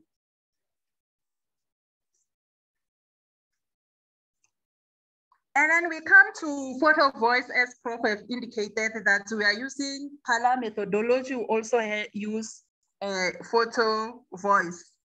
Photo voice empowers participants. It places cameras in their hands as they share information. It enhances participants' self-confidence as they share their perceptions and experiences. We do have a teacher who was presenting his picture there to the whole ALS team about the meaning of the school culture from the picture that is having. He used his own camera to take the picture of his choice. The next slide is what needs to change to save our children. The tale of two different classrooms. Do we need to do things differently now or can continue with our own traditional way of teaching. When we see, what we see there are two different pictures. We have got a picture that's the principal captured, and he was explaining the culture of his school. And on the right, we have got the other picture, which is coming from the business leader of the school. But when we look at the first picture, and after discussions with him, we realized that that time it was the capturing of this picture was during study time, where learners were just studying on their own. And we ended up agreeing that, is it not better for the learners to interact during studying like they are doing in the second picture, the outside under the tree? If you can look closely, you will see that learners are happy, learners are laughing.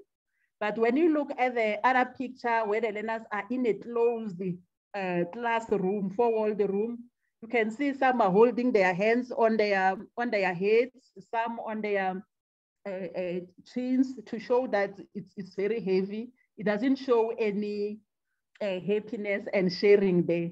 So hence we are saying, can't we move from the first classroom to the other classroom under the tree?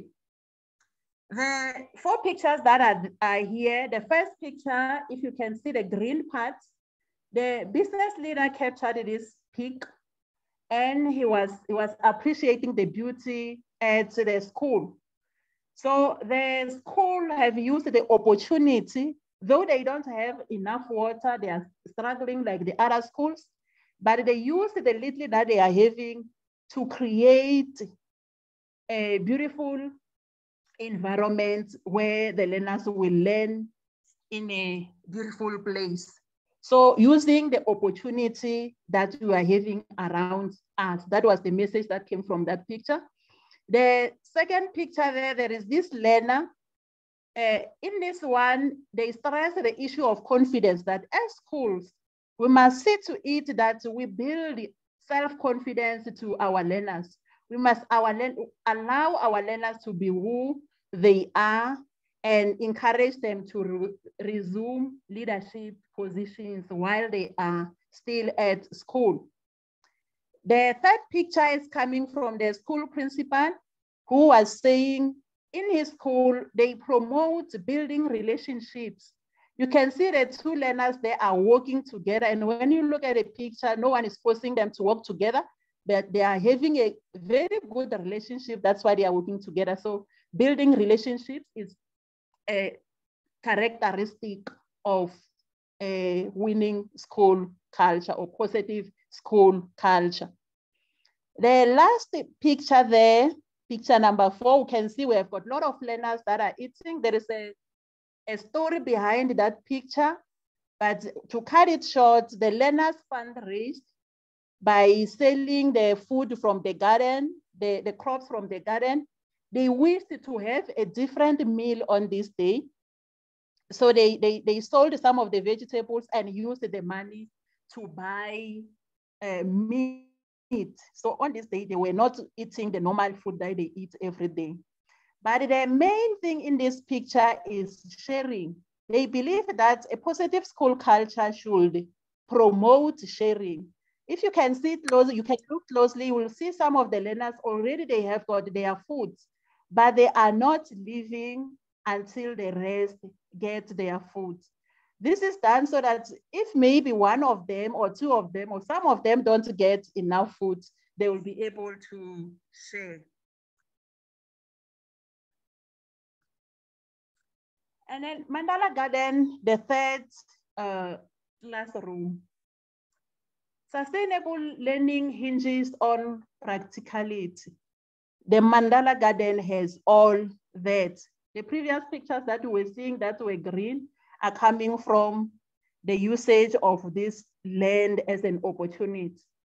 It empowers learners and education becomes lifelong learning, which means the learners and the whole community becomes lifelong learners. The traditional method of learning no more suits the present day and age. If we empower our learners with skills and knowledge, they will be able to employ themselves. We always say that the curriculum envisage the learners who will be job creators, not job seekers.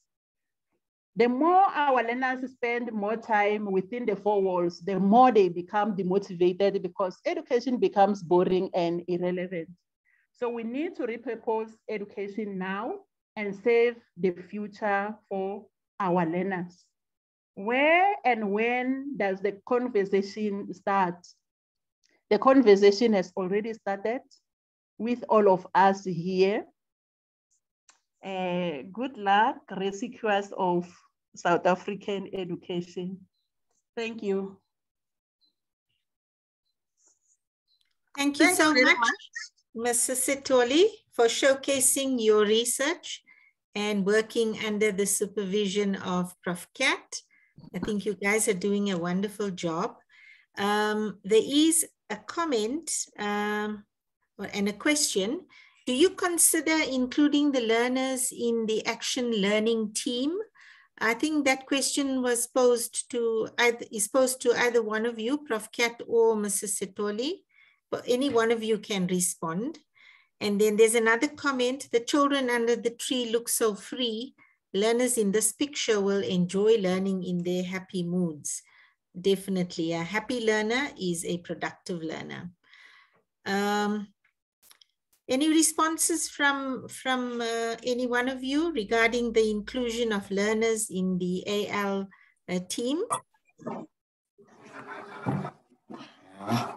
You can stop sharing now, Mrs. Sithole. You can stop sharing. Yeah, that's what I'm trying to get out. Okay.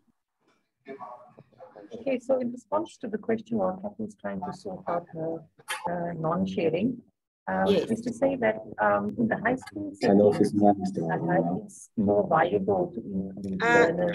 Can I please ask? Okay, all right. It's done. Continue, Kat. Okay, so in a high school setting, it's more viable to include learners in the ALS because they can actively participate and give opinions and so forth. And certainly we do offer that opportunity to learners, so in each of the ALS, we do have at least 2 learners from the 2 different levels that we normally find at the high school. However, the primary school becomes a little bit more tricky. The younger learners, obviously, parents are involved from the SGB as well as parents who volunteer in the garden itself. So their involvement is there. And our little trial with introducing one of the older learners is not working as well as with high school learners. High school learners somehow seem to be a little bit more responsive to the process. It might be a time-related thing, and as with all other ways to do research, we experiment, we try, but it may be a time-related thing. So I think with time, maybe in the primary school it could get better. But for now, the involvement is not the way we would like it. But in the high school, we actually find that in the high school, they're so confident that they take us into the place of the garden and show us exactly what they've been doing. For example, in the one school, they created these things called lizard hotels. And a lizard hotel is breeding lizards to be able to take care of all the peoples and pests that actually eat. And it's an innovation that they themselves have come up with. But they were so keen to go and tour us through it that we felt that the value that they could add to the ALS was really good. And then we saw the one learner in one of my pictures who was taking the technology home, which was another way that we also saw learner involvement. But in the primary school, we're finding it a little bit more tricky. Okay, thank you so much for that response, Kat. There is another question, a comment with the question. Thank you for the very interesting presentation, Kathy.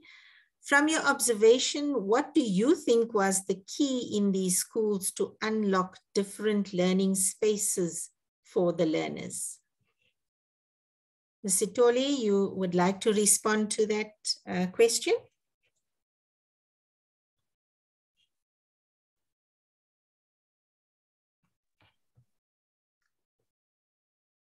Thank you very much. The question is what is it that I've observed as key to? Yes. From your observation, let me read the question again. From your observation, what do you think was the key in these schools to unlock different learning spaces for the learners? Okay, thank you very much.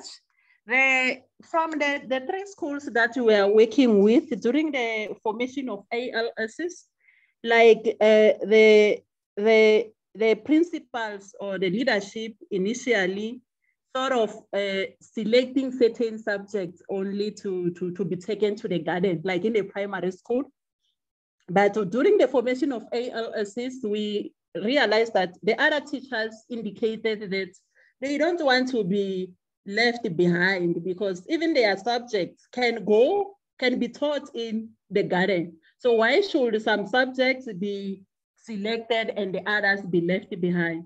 So we realized that the schools is like, they were not aware that they can use the garden to teach their learners every day. But after seeing this opportunity, it's like each and every educator wanted to go to the garden and teach their learners. There is a lot of excitement from the teachers. Everyone wants to go and experiment. Hence, we said the teachers went back to their ATPs, the normal curriculum that we are using every day, to go and check which topic can I even take to the garden. For example, the history teacher, we never thought that the history can be taught in the garden, but the teacher proved us wrong after interacting with his own ATP. So amongst the teachers, there is this excitement that I want to do something different. And when the learners are in the garden, in the schools that we have observed, they are so excited. It's just that the time was not allowing us to share everything. But the learners are so excited that you can see that coming back from the garden back to attend the other lessons in the classrooms, the learners will be very much motivated. So that is what I can say in trying to respond to that. But there is excitement down there. Okay, thank you so much, Mrs. Sithole. There's a comment here. I think the proposition on the need to change the way learning is conducted is warranted. However, what about the winter seasons? I think learning should be practical intensive going forward, as the theory doesn't do any justice, even in the future, to either varsity or the technical route. And then there's another comment. The presentation was thought-provoking and eye-opening. So well done. Well done, Mrs. Sithole. Any other questions or comments? Sorry, Mamsi, I just want to also respond to what Kathy had responded to. She responded well to that question, but I just want to... Kat, sorry, Kat, your voice is a little bit muzzled. It's not coming across as clearly as it was, before. I don't know if maybe you're not sitting, maybe just move position a little bit. Try again. Okay, all right, let's go ahead. So one of the things that I wanted to point out was that in the high school, in one of our high schools, agricultural sciences is offered to students, but it is offered to students who need to have mathematics as a subject. And that becomes a defining factor on how many kids can actually take agricultural sciences, although it's a popular subject. So we find that mathematics requirements kind of cut opportunity for a few students, for a number of students. Our second high school has offered something called agricultural sciences, but also agricultural technical sciences. That does not mean mathematics. And there we find a lot more kids are doing agriculture, and so the garden is better taken care of because kids are already in a subject where agricultural principles are being discussed and so forth. So we find these gatekeeping protocols in our subjects can sometimes restrict our kids, and schools have to then think of other ways in which to get kids involved. I just want to add that as a comment. Okay, thank you so much, Prof. Kat. Ladies and gentlemen, it's come to the end of my section of directing the program. Thank you for sharing your wonderful thoughts with me, and thank you for attending, and thank you to the various presenters for sharing their research, sharing their experiences and perspectives and so on. So from my side, it's a goodbye, and I will stay in the program, but I now hand over to Chalisa Nkabinde, who will take you to the end of today's proceedings. Thank you so much. So much, Dr. Naidu, and good day, everyone. In Africa, we greet we take every opportunity to greet, and it could be 3 times within an hour. So don't mind my greetings again. My name is Chalisa Nkabinde, and my aim is to kick us off with a different item, and so that we also save time and buy back the time that we may have lost along the way. So I'd like to call upon Rebecca Mungake to rendition a poem for us entitled Earth, Your Dancing Place. Over to you, Rebecca. Thank you so much, Mr. Chalisa. So the poem is titled Earth, Your Dancing Place by May Swinson. Beneath heaven's vault, remember always walking through walls of cloud, down aisles of sunlight, or through high hedges of the green rain. Walk in the world, high held with swell of cape, hand at the sword hilt of your pride. Keep a tall throat, remained aghast at life. Enter each day as upon a stage, lighted and waiting for your step. Crave upward as flame, have keenness in the nostril. Give your eyes to agony or rapture. Train your hands as beds to be brooding or nimble. Move your body as the horses sweeping on slender hooves over crag and freyre with fleeing manes and aloofness of their limbs. Take earth for your own large room and the floor of the earth carpeted with sunlight and hung around with silver wind for your dancing place. Earth, your dancing place. Thank you. Thank you so much, Rebecca. The picture that is displayed of the children playing around in a circle makes me just grin with envy.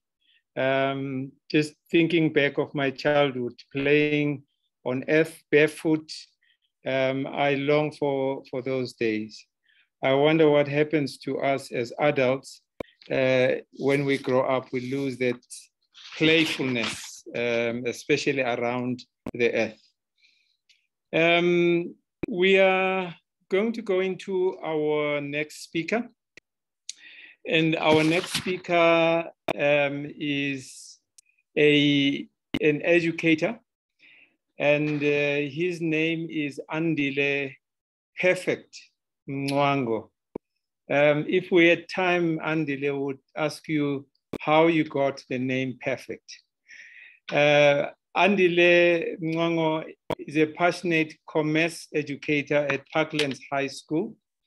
He teaches business studies, tourism, economic and management sciences, together with economics in the phases FET and senior. Mr. Mngwango completed his undergraduate and honors degree at the University of Johannesburg. And he holds the Bachelor of Education honors with field of study in education leadership and management. He's currently a master's student with a focus on education leadership and management. Over to you,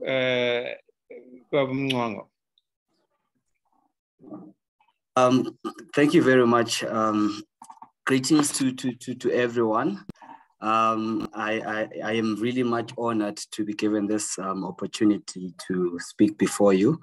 So what I'm going to do, maybe it's try to share my slide so that I can actually begin with my presentation. But, as mentioned, of course, yes, this is Andile Mngwangwa. Unfortunately, of the perfect name, yes, we cannot go into details about that one there. So without wasting time, my study now, a lot has actually been said in this particular regard since I've actually been attending this session, even from yesterday. I just want to confirm with everyone, can you see my slides? Are they visible enough for everyone to see? Yes, we can. We can. Okay, wonderful, wonderful. Now, quite a lot of things I've actually learned when it comes to sustainable livelihood. Some of the things that I had already experienced also in the field, working together with some of the schools in KZN and together with Limpopo, as they were also working together with one of the intermediaries, the Hootsuite Hub and etc. But now, to jump straight to it, my part of the research focuses merely on the school principals together with the business partners as they integrate together to share their expertise on how exactly they can promote education for sustainable livelihoods. So the research topic now, it's leading education for sustainable livelihoods in a 4IR-driven economy, a case study evaluating the Partners for Possibilities South Africa leadership model. So that the channel rather, or the focus of this particular presentation is to try and actually evaluate or rather see how PFP as a program is actually transforming leaders, instructional leaders, or integrating school leaders together with business partners in a sense that they're actually being transformed in the way they lead as per sustainable education is concerned.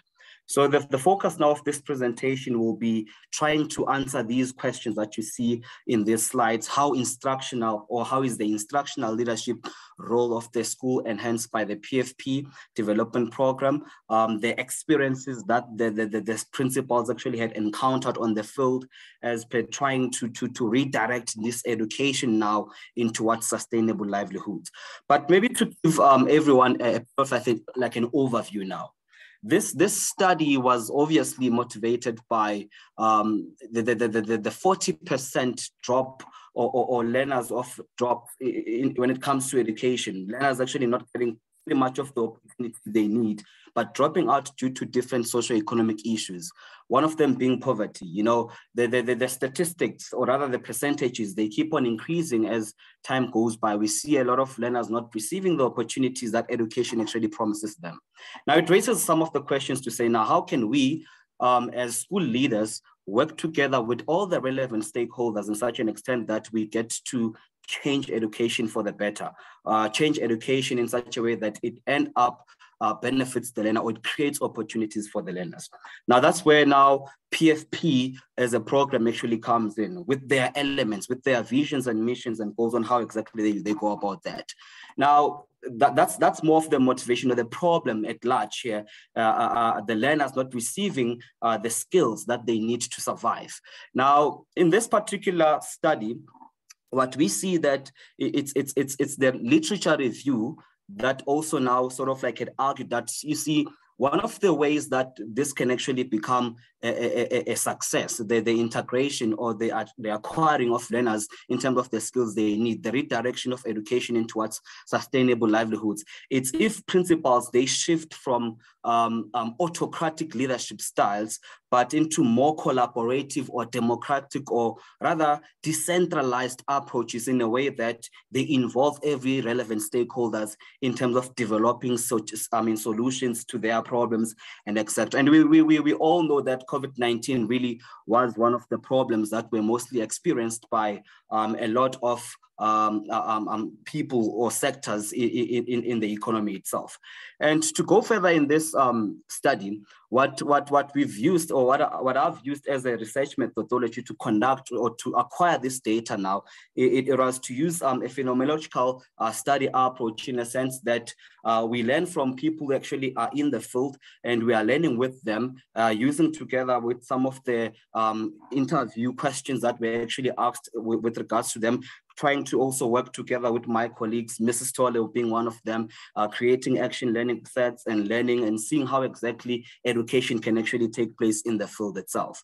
But the findings now were quite, you know, is interesting to sort of like learn about, because you would realize that some of the participants, in relation or in as much as they were understanding where the sustainable livelihood actually is headed, or what is the necessity of it, but there were some other challenges that were actually experienced, some of them being time management, some of them being the lack of motivation, some of them being the curriculum demands to say, but how do I now encourage my teachers as a principals to go teach in the garden when we are still facing issues like water problems? How do I encourage my teachers to go to the garden and teach all these disciplines in the garden, but when I'm still lacking textbooks and etc., and the attitudes from other teachers and etc. So as we move on in this study, it was interesting to find out. I feel like it's really important also to let principals know that, or rather to remind them, as to say, when you are now adapting to the notion of sustainable livelihoods, we say, let's learn into the garden. The focus is to say, in as much as we are approaching this study of sustainable livelihood, we say, let's use the garden as the authentic space. Should you now carry or the understanding or use the approach, we say, but how exactly can you now facilitate the learning? How can you lead in such a way that you allow this process at the end of the day to be beneficial? Which is why now when we speak sustainable livelihoods in the slides, you would see that we touch into the triple bottom line to say people, planet, profit. So whatever that school principals are doing, whatever that the PFP also is encouraging towards the principals, is to say, in as much as you lead, how do you lead in a way that you affect people positively? People being, of course, the human resources that you work with in towards your particular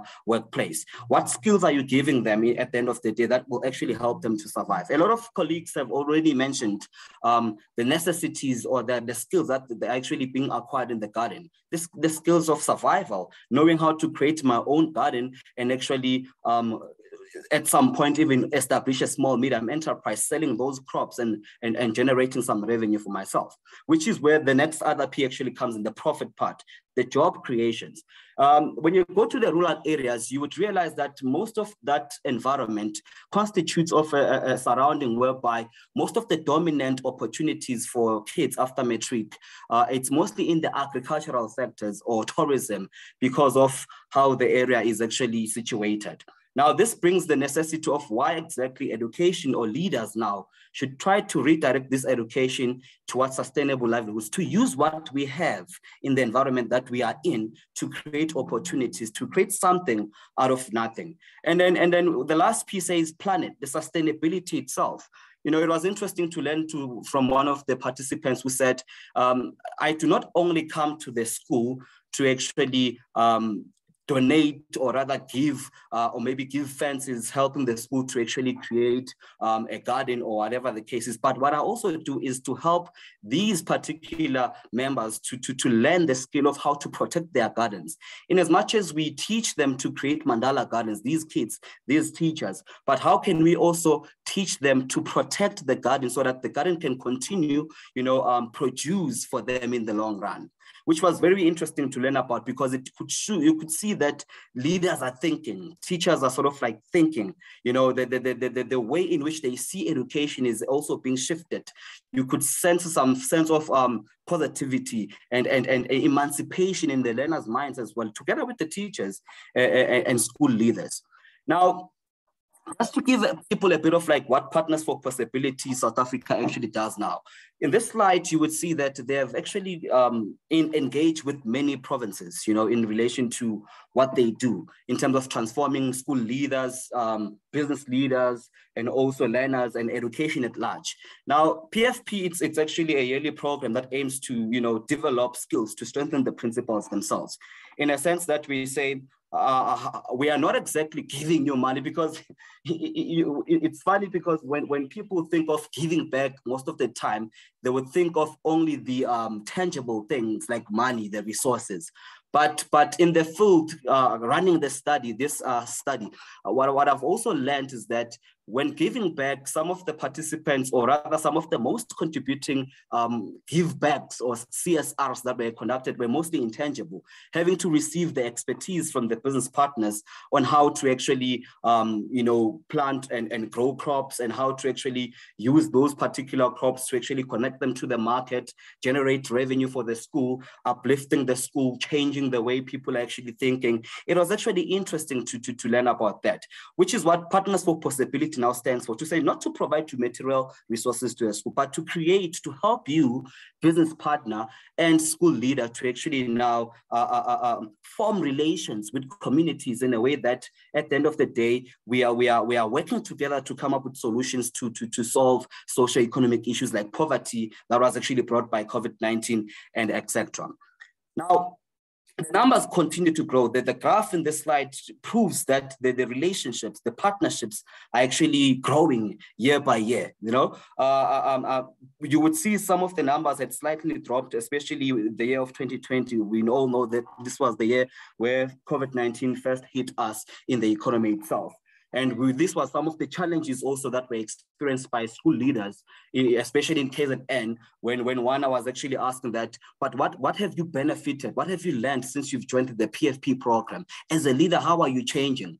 You know, some of the responses were quite negative, because they would speak of time management to say, hey, you know, because of the lockdown, because of the lockdown regulations, there was sort of like a difficulty into much of initiatives to be taken or to be implemented between me and my partner because of those kind of things, which is what is displayed in this particular graph. But the year of 2021, the partnerships also started to grow, which to me displays a really positive analysis, because you would see that, which means that the partners are actually working, and the partnership is actually, and leaders are starting to see the necessity of how this authentic learning is actually working for their schools.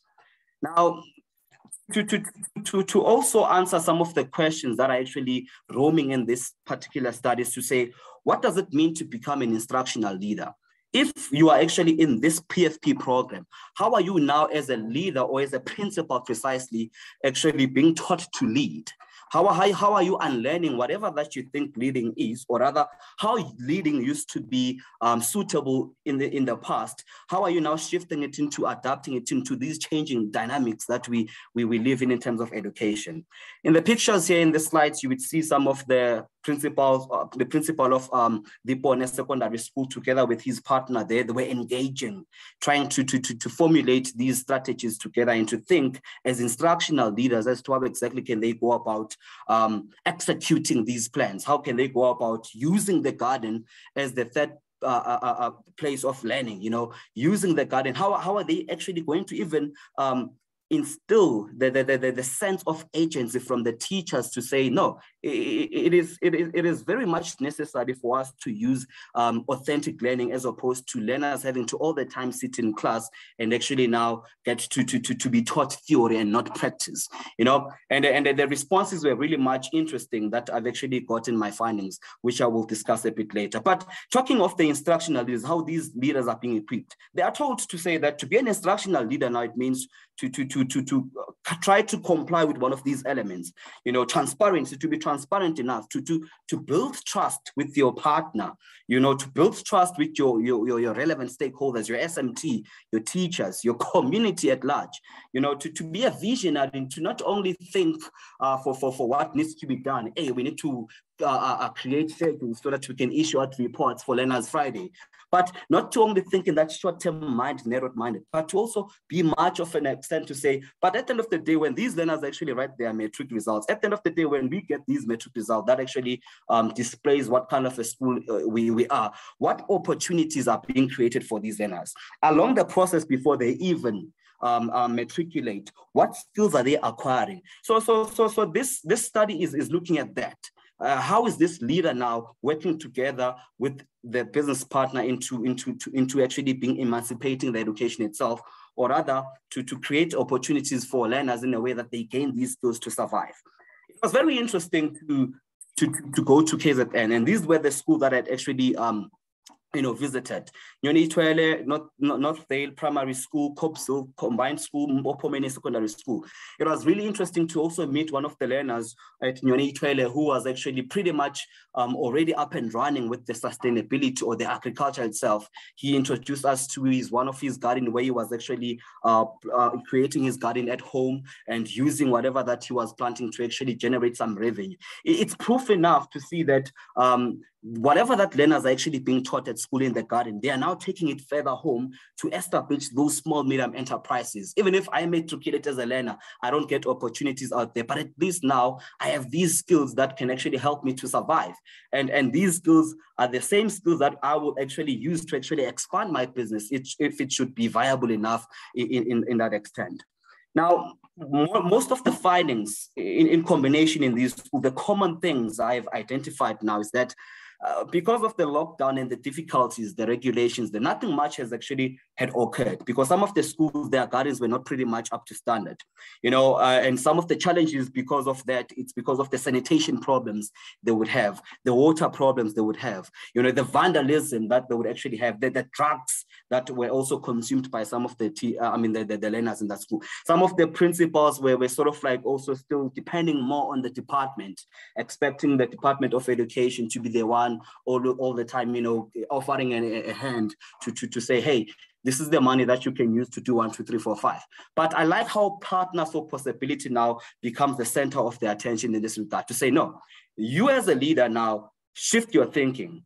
Use your own resources, what you have to create what you don't have, which is what the foundation of this study is actually about.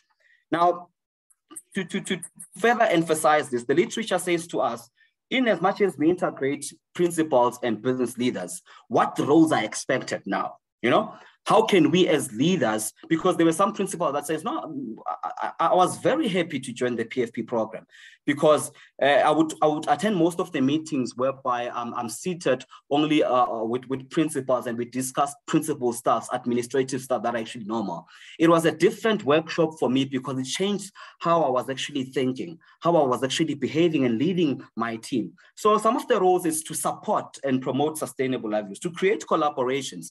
Now principals we're starting to say that, since I've joined the PFP program, I have learned also to not all the time be the one that actually gives solutions or decides on behalf of the school, but I've learned to be open-minded towards what my people actually have to say, because challenges like COVID-19 really did actually bring the necessity of that.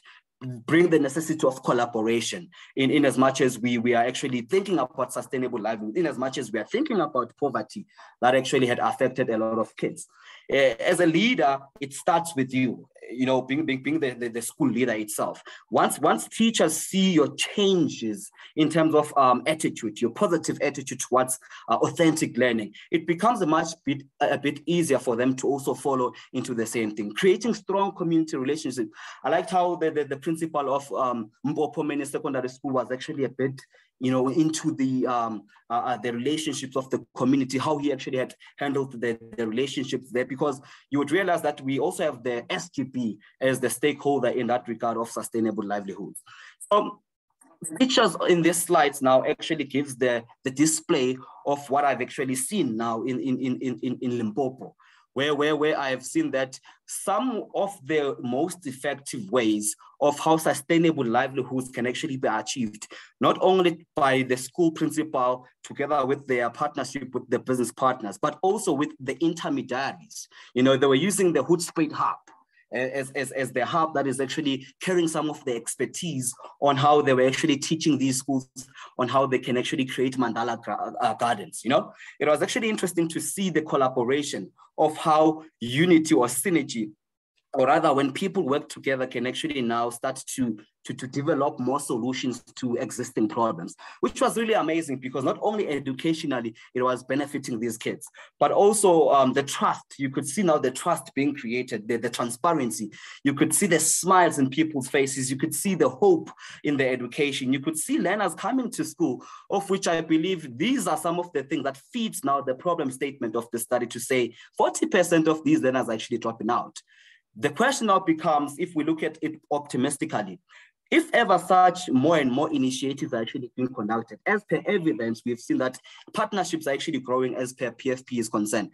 This simply means that now more and more of these initiatives, if they take place, we could maybe start seeing some positive drops in terms of dropouts. We could still see some increments of enrollments, and we could see education becoming more and more meaningful towards learners. And we could see some of the socio-economic issues like unemployment being actually decreasing in that particular, of which is what I believe education should do for people, especially people in the rural areas, seeing that the environment is what they can mostly use to actually sustain themselves. You would realize that in this slide, we also touch into the fact that many subjects can actually be taught in this regard. In some of the pictures, the learners were taught geography, you know, how to maintain the soil, how to tell if the soil is actually, you know, ready to actually be used for planting. And all of this, it's because of the way school leaders were actually now implementing, or rather encouraging staff members or teachers on how they can change their teaching methods in a way that they use the garden towards educating different subjects, which was really amazing for me, because I believe without the leader, the staff members at some point, they would not pretty much know what exactly is expected from them. So, which is why this study says, you as the instructional leader, how are you being transformed now? Because it starts with you. How are you carrying out the enthusiasm and shifting it together towards your employees in terms of executing what is expected as per sustainable livelihoods is concerned. Now, one of the findings that I've picked up with this regard, because the schools at Limpopo, they had the Hoedspruit hub, their thinking was very much positive. It was actually being transformed. You could see principals telling you that they are benefiting more of the expertise from their partners. Because some of the questions I would ask them is that, what exactly are you benefiting from the relationship that you're having with your partner? Now, if ever you have a partner that is actually owning a farm or working with the farm, they obviously bring the expertise on how exactly gardens can actually be sustained and maintained. They actually bring the expertise on how, after you have actually harvested your crops, how can you exactly take some of them and connect them to the market, and as a school become a supplier of the community to generate revenue for the school. These are some of the pillars that we've seen growing that can actually hold the school, and all of this is because of the relationships and how the instructional leader, the school principal, is carrying themselves in towards this idea of using the garden to create education. Now, the changes of attitudes, I spoke about that. From shifting from autocratic leaders to transformational leaders, the developing of the love of the subjects from the learners. And some of the teachers will also mention that, hey, you know, we started seeing our marks actually changing. You know, from lower percentages to higher percentages, because learners are always willing to actually now go to the garden and actually learn by doing. And you could see some of the objectives of the study now being placed into action. You know, the roles of the principal, the roles of the business partners, the business partners and the principals also being there in the garden now, conducting what is supposed to be done, working together. It was amazing to actually experience that. Some of the pictures that we can actually see in this slide is sort of like supports that the excitement in the learners the unity, the principal, the business partner, they're working together into how identifying some of the problem that maybe still needs to be fixed in the garden. How can we share more of resources or expertise together with the partnership I have with the school principal to solve more and more problems, which is what the PFP program is actually about. And this is how exactly these principles were sort of now being transformed. It was really exciting to see that and to learn also myself with regards to how farming actually occurs and how people actually sustain themselves in that part of the world. And maybe some of the questions. If you can just wind down kindly, please. Thank you. Okay. 2 minutes. All right. Now, looking at this particular last slide, it's a matter to say, what does this mean for people on the ground? You know, for people who are dealing with these initiatives all the time. Now, this study wants to recommend to you to say that as a school leader or as a business partner out there, using the garden as a third learning space, it generates a lot of solutions for poverty and unemployment, as opposed to using traditional ways of teaching and learning, the textbook and table and desk kind of education. Nowadays, if you use more authentic learning, building strong relationships with community members, different intermediaries out there, relevant stakeholders, thinking positively, sharing expertise, not only depending on the government itself, and not only thinking that to give back or to receive is always about money, using whatever that you have, it's actually beneficial to the way in which learners are learning, and it helps them to actually acquire the skills that they need for survival. The example provided here was the Mandala Gardens, which I had seen. They were very much creative in the garden. A lot of learners had learned a lot of things and how exactly they can use gardening and how they can design it in a way that allows them to save water even, and etc. Because some of the challenges that they had was water problems. And altogether, this is made possible via the relationship between the business partner and the school leadership, together working with relevant organizations like PFP, Hoedspruit Hub, and together with others at large. And ladies and gentlemen, I thank you very much. Thank you so much, Mr. Mwango Nguni Bangazita. Thank you for such an enlightening presentation. Building from yesterday's workshop, we saw the role of the principal. And I'm glad that you have balanced it with a positive side, because it is so easy to focus on the negative and the load that the principals have. But at the same time, with all that pressure, they can turn around their environment to be a positive one, even under that pressure. I also appreciated that balance that you put between people, the planet, and profit. And that balance is important because all those resources are needed for a sustainable environment to thrive.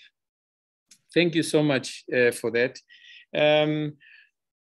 I don't know if there are any comments, quick comments or questions from anyone. On the chat, there was no question specifically. So if there are no questions, we will move on. All right. Thanks again, Mr. Mwango, for your presentation. We were given an opportunity to answer a question on the Mentimeter. I will hand over to the results so that we know what the Mentimeter showed. And over to you. Okay. Do you want to talk to it?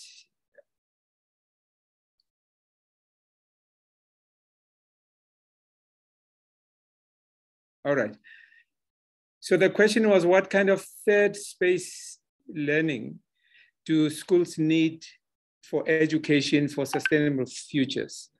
It's interesting to see the word picture, what stands out. Museums seems to be the most outstanding.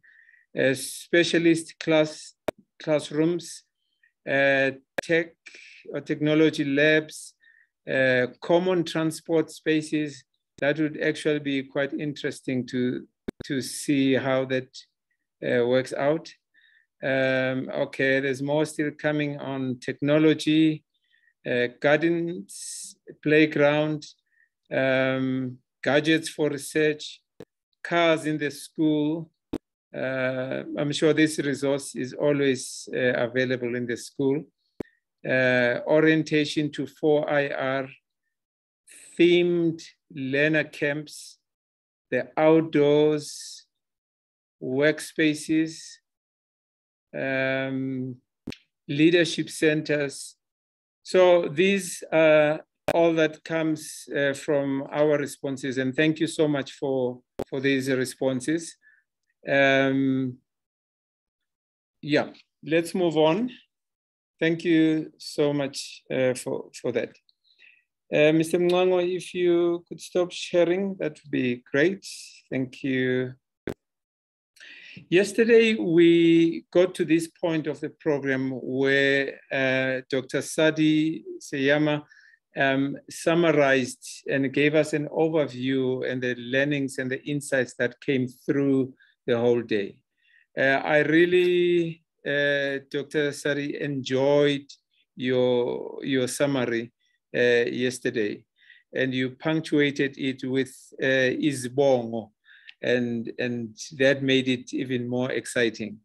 I'd like to hand over to you to give us those learnings that come from day 2. Over to you, Doctor. Thank you.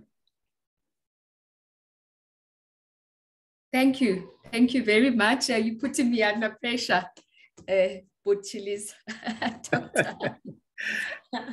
No pressure. Thank you. Thank you once again. I would like to thank Kagiso Trust at large for giving us this opportunity to be in this insightful space, and a space that has been, thought-provoking since yesterday and continuing today. And in this thought-provoking outcome, I have been inspired, and also in that inspiration, I've been revived, re-energized to really think deep in the actioning of leading and acting, the approaches and practices that will ensure that we provide our learners with education that would lay a foundation for them to live a sustainable life. But it's not only them living the sustainable life, but it's about they themselves taking the lead in creating this sustainable life.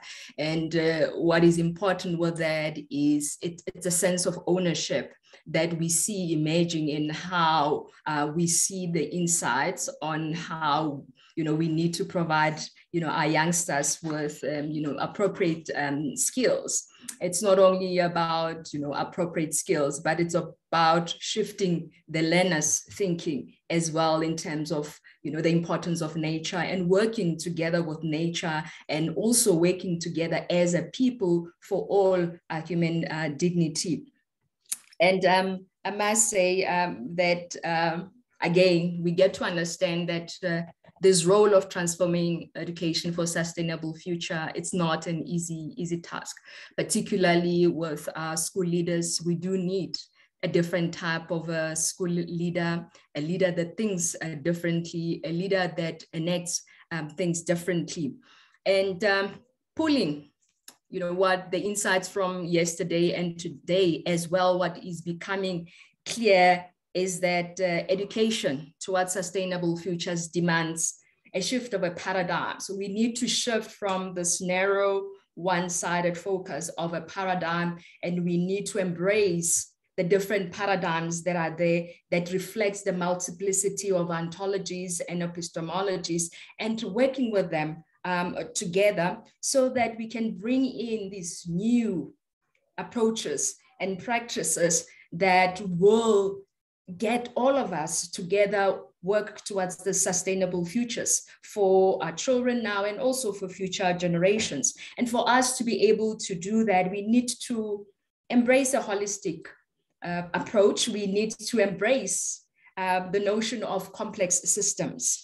These complex systems that need to be characterized by continuous, meaningful change. And because change should not be change for the sake of change, it has to be meaningful. And in the context of sustainable futures, it's about meaningful change that leads, that lays down the foundation, that enables the actioning of the sustainable change.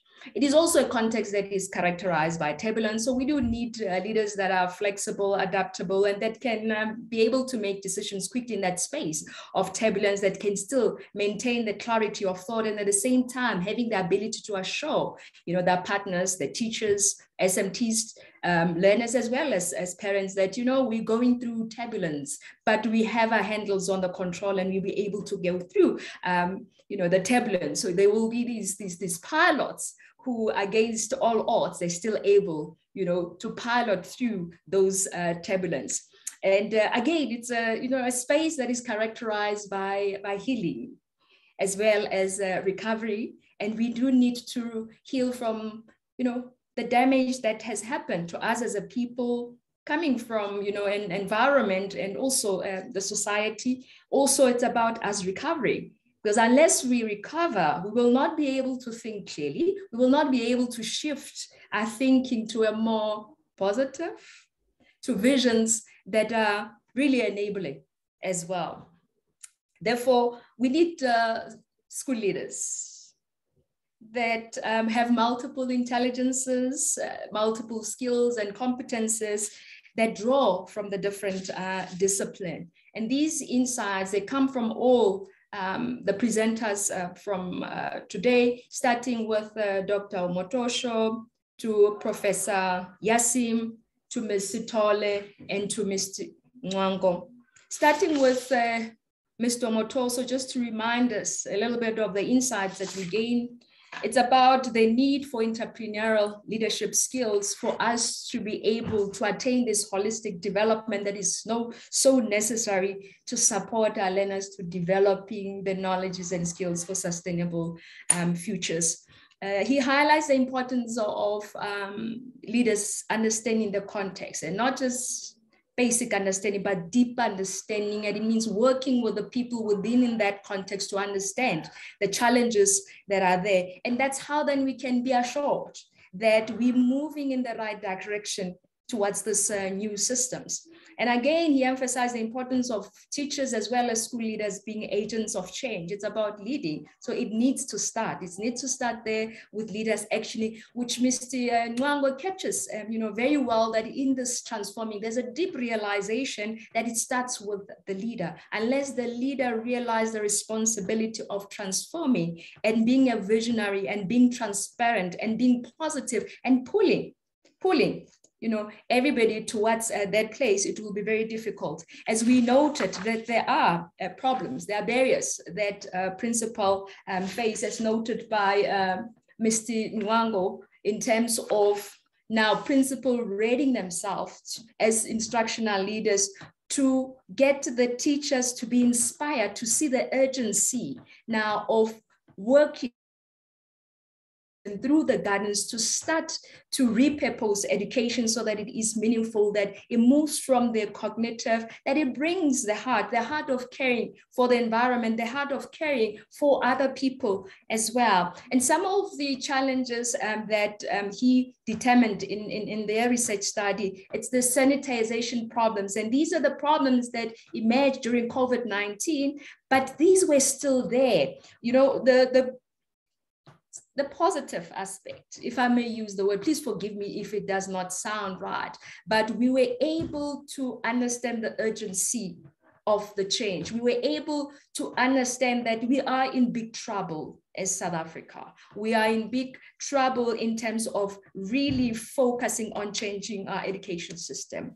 We had principals in this context struggling with the curriculum demands, the lack of finance, lack of resources. Time management was also a huge problem. Teachers did not have motivations, and also there was a problem with skills. Teachers did not have enough skills. So as a principal, how do you stand there and say, well, you know, I'm trying here, you know, to get you to understand the vision? It will not happen unless those problems are resolved. And that's where then the responsibility of the leader needs to be there. And we see here PFP coming in to assist the leaders, and those partnerships, you know, are proving to be very, very vital in assisting, you know, the leaders to know that there are different ways of thinking, and you can have other people from the business partners, from SMTs, from teachers, and also from the community to help you with thinking. And this then needs them to move then from those autocratic leadership style to collaborative, you know, this type of leadership where they're harnessing the different ideas, and also continuing within that framing of transforming leaders who now have to be instructional leaders, is them realizing the importance of inspiring teachers to use the gardens as third spaces. And in doing that, they needed to be transparent. And transparency, we know, it builds an environment of trust, which is critical, especially when you want to push people in a space that is new, in a space they don't fully understand, in a space where they don't believe that they have the skills to be able to action what needs to be actioned. And again, in this, it was really building that vision that is alive, that comes alive, where it's people seeing into the future, but at the same time seeing that it is possible to the future, to get into the future, because as a leader, as Dr. Omotosho noted, that it is important as entrepreneurial leaders to be opportunity minded. So when you're opportunity minded as a leader, you see the opportunities. Amidst the challenges that are there, we need leaders that are able to see that, hang on, there is an opportunity, and that is very important in this transformation of the leaders towards them, transforming, you know, education towards sustainable future. Of importance as well is equality. One of the things that was highlighted with COVID-19 was the increasing inequalities. And we cannot say that our leaderships are effective unless we are ensuring that inclusive, equitable inclusion. I think we need to revisit the taken for granted assumption that when we talk about inclusion, we are saying it is indeed equitable. So all youngsters need the equal opportunities to be able, again, going back to explore their potential.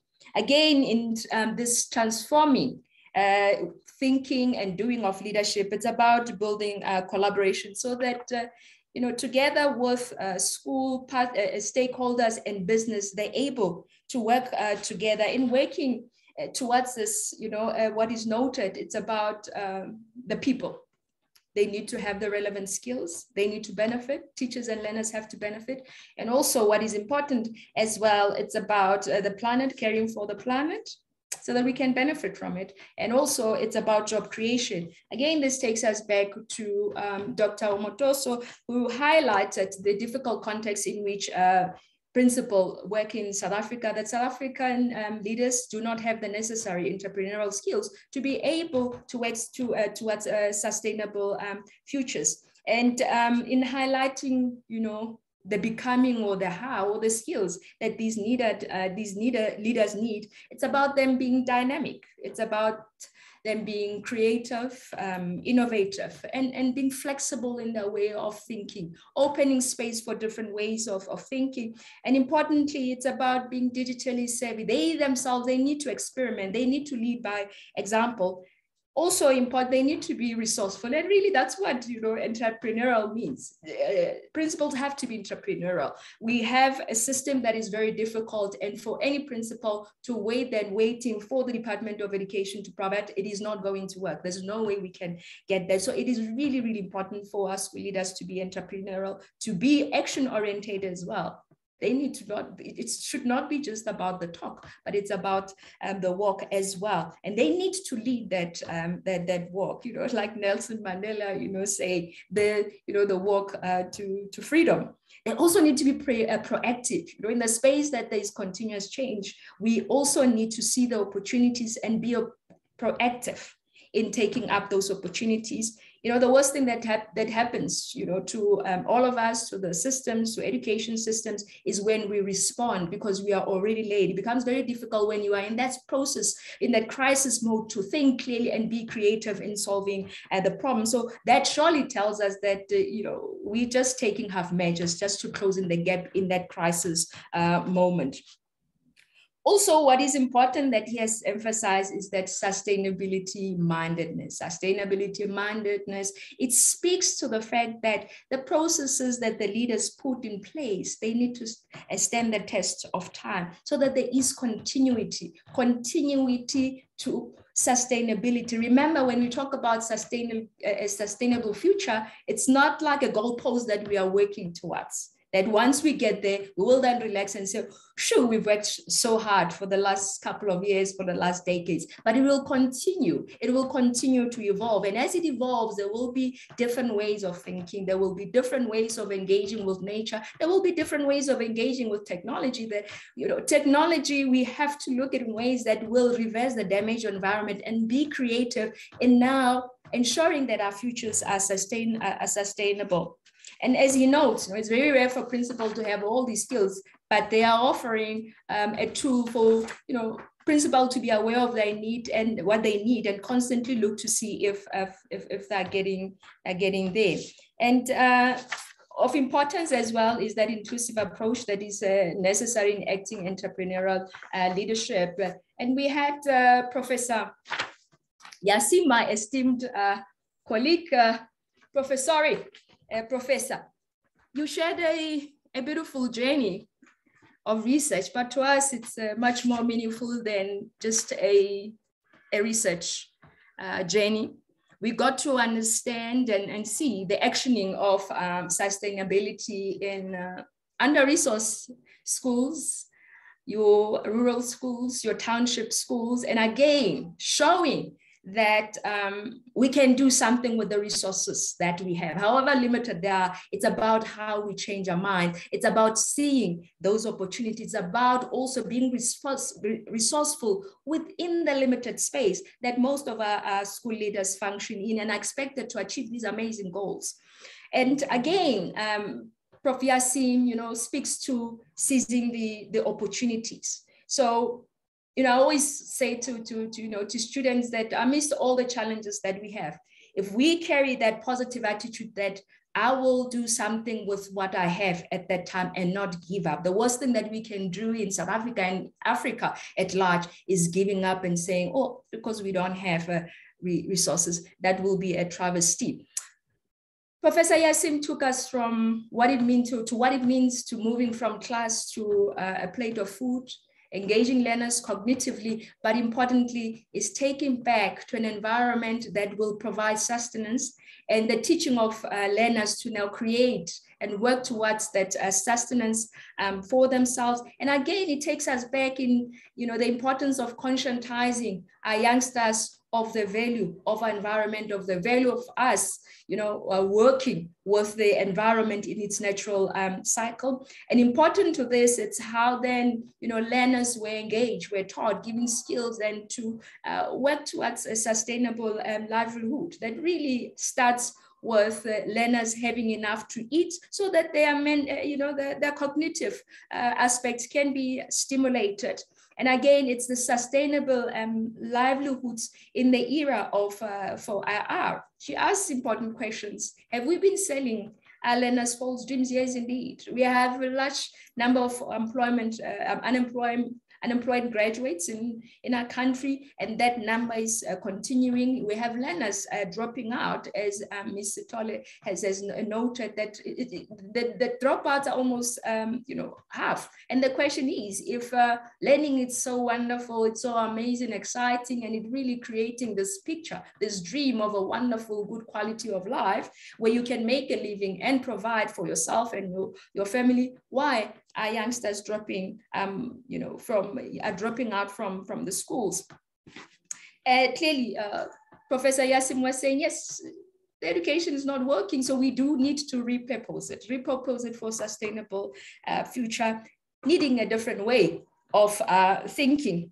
Importantly, it's about education being less formal, education being practical, education being experimental, and education being freed from the stringent, rigid systems. So it's about education being flexible. Important, it's about education taking learners to seeing the solution of problem, taking learners to see how they contribute to projects that are meaningful, and also how it is important to bring the world into the classroom and taking again the classroom into the world. What amazing insight in that. And she talks about, the relief, recovery, and again, looking at, sustainability, not in a limited way, in a narrow way, but it's about our learners being provided with livelihoods, the livelihoods needing to be protected, and those livelihoods need to be sustained. As Dr. Omotosho indicated, it does not make sense that we start the journey, but it's a journey that is not sustainable. What a loss of a wonderful dream. Again, it's understanding that empowering of the principals is fundamental.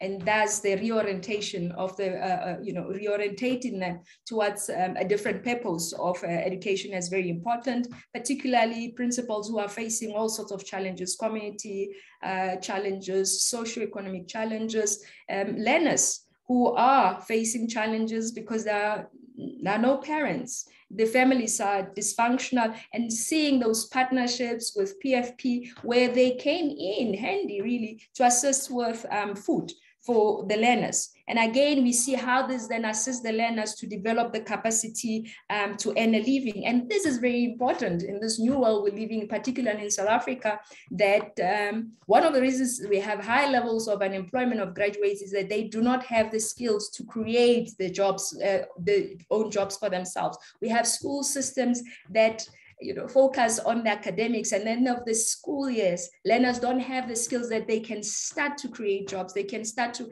action their skills, as Ms. Tolle clearly indicated in terms of the new, approach towards education, where learners will then have those technical, vocational, as well as occupational skills. So in that way, education itself will have inherent value, those skills that are tangible that learners can use immediately after school, and shift them from this ideology of university being the place where people can then, be able to up their skills so that they can be able to get good quality jobs and better. And that is not happening. We see, just looking at the number of universities that we have and the numbers of students that finish matrics each year, it's just not realistic. So again, we need to repurpose our TVET colleges, because there's a huge opportunity to really bring that vocational occupational, and again, focusing it on entrepreneurial skills for youngsters.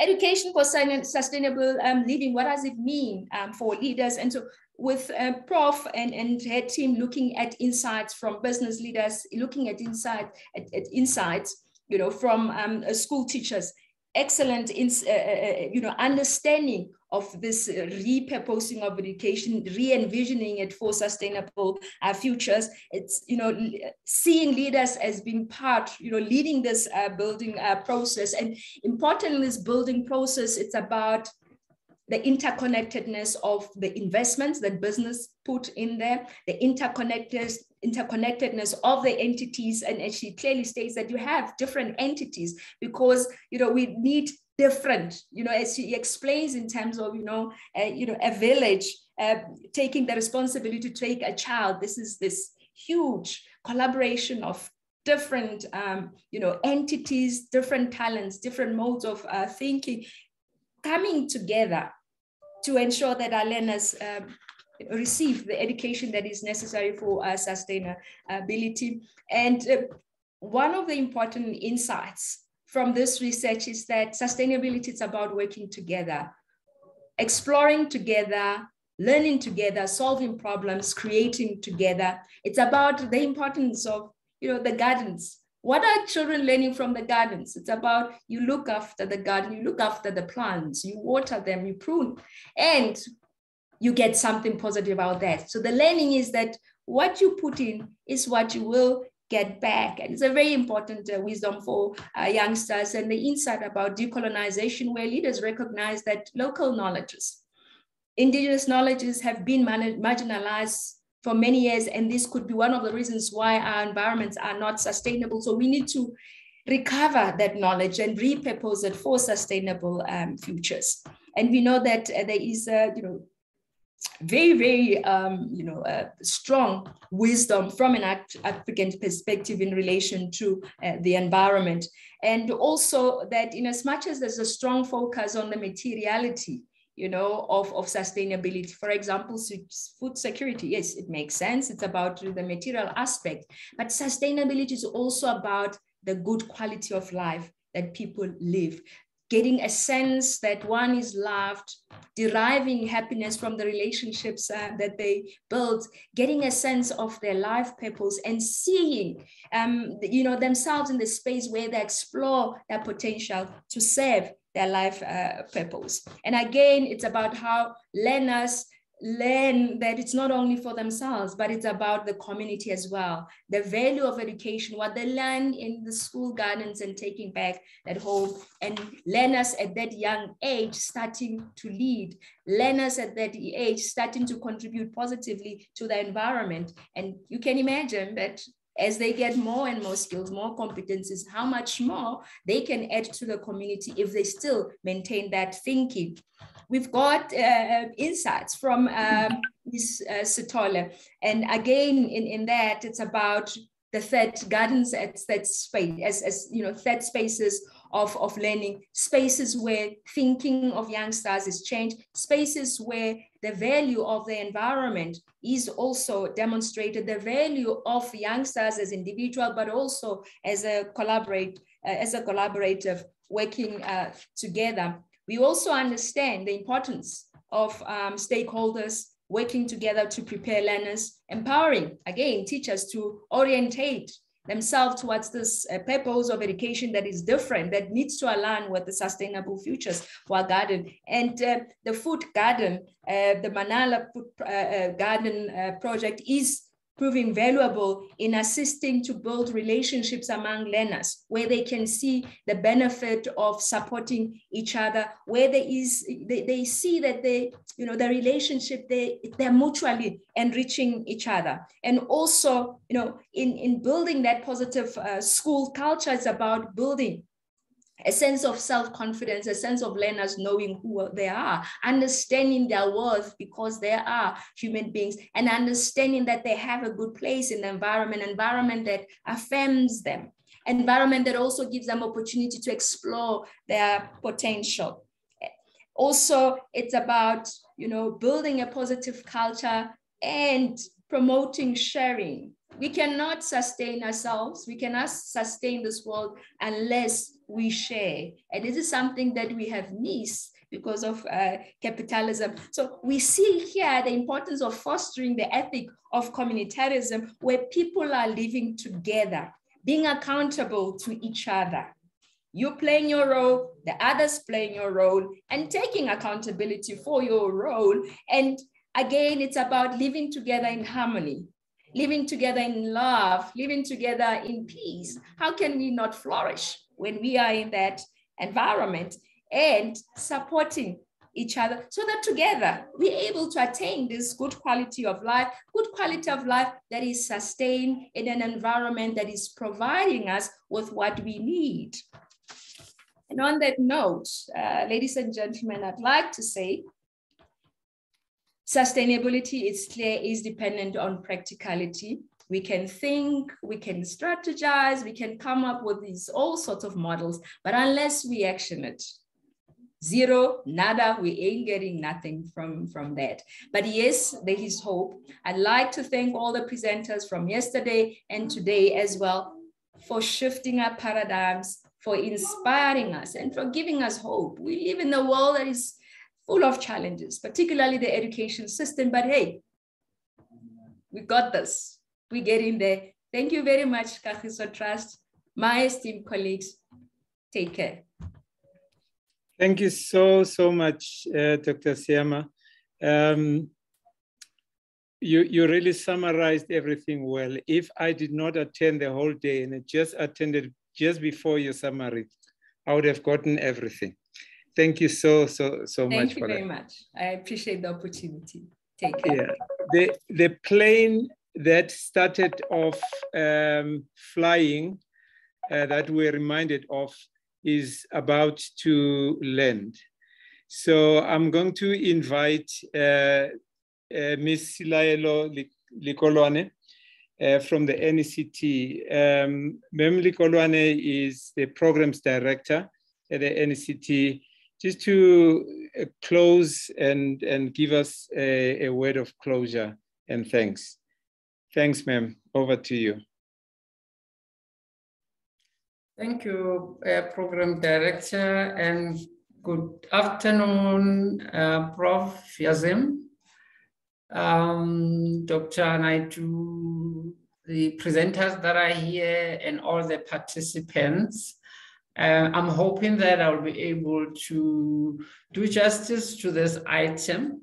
I indicated to the program director that I have another engagement at 4:30, but I'm so excited, personally grateful for having been part of this two-day conference, because there is really so much that I have learned from it. And the NECT itself, being part of Kagiso Trust and UJ, thank you to the colleagues who have been part of the organization of this conference and creating this platform to engage and share information on matters affecting education in our country. The lessons that have been shared about the research conducted on the South African education system, sharing lessons also from other countries, that has been a very useful platform for all of us to engage in. The conference discussed key classroom issues that need to be confronted. You actually shared various perspectives from yesterday, today's themes, also focusing on very, very key issues, interrogating what it takes to create an environment where effective teaching and learning will occur. You spoke about how learners learn and how best they should be taught. This is very critical information, very interesting lessons that we have learned. And I mean, you have been able to remind us that learners learn best outside the classroom, where they can see, they can touch, they can feel, smell, and hear the things that they learn about. This is a very important thing that maybe as we go on, or we are, because these are the things that we learn at university as we do our teacher education. But when we get into the classrooms, we tend to forget about them to some extent, or we really do things in a manner that, yes, we take certain things for granted, if I may put it that way. But this conference has been able to remind us that the environment and the experience are best teachers, and that children that actually learn what they live. Most of the presenters also reminded us of this. Learners will benefit from the curriculum and teaching approaches, both intended or enacted, but they should draw content from the learner's environment from a very early age, you say, and the learners must also be allowed to explore the environment and learn through it, but also learn from it. You also touched on the psychosocial and economic factors affecting teaching and learning in our school. and how best they could be tackled. There are factors emanating from the school work, the home, and the communities. Prof. Yassim spoke extensively about these challenges, and thank you for also putting forward the recommendations for repurposing our education. Yesterday, the presenters also reminded us about the integrity of the environment in terms of the learner's social and cognitive well-being. These are important issues that it helps to keep reminded of, especially how do we get to share this information with the teachers. You also raised the challenges facing the environment in which the learner must learn, despite the stressful and traumatic environment plagued by poverty, inequality, all the social ills that we know about. The stresses and the traumas that are experienced by the teachers themselves who are supposed to teach these learners. And in that situation, how do they best impart their knowledge and skills in that stressful environment? So it takes the school leadership, as some of the presenters say, to actually diagnose such kind of problems and provide the support that is required to ensure that teaching, effective teaching and learning happens.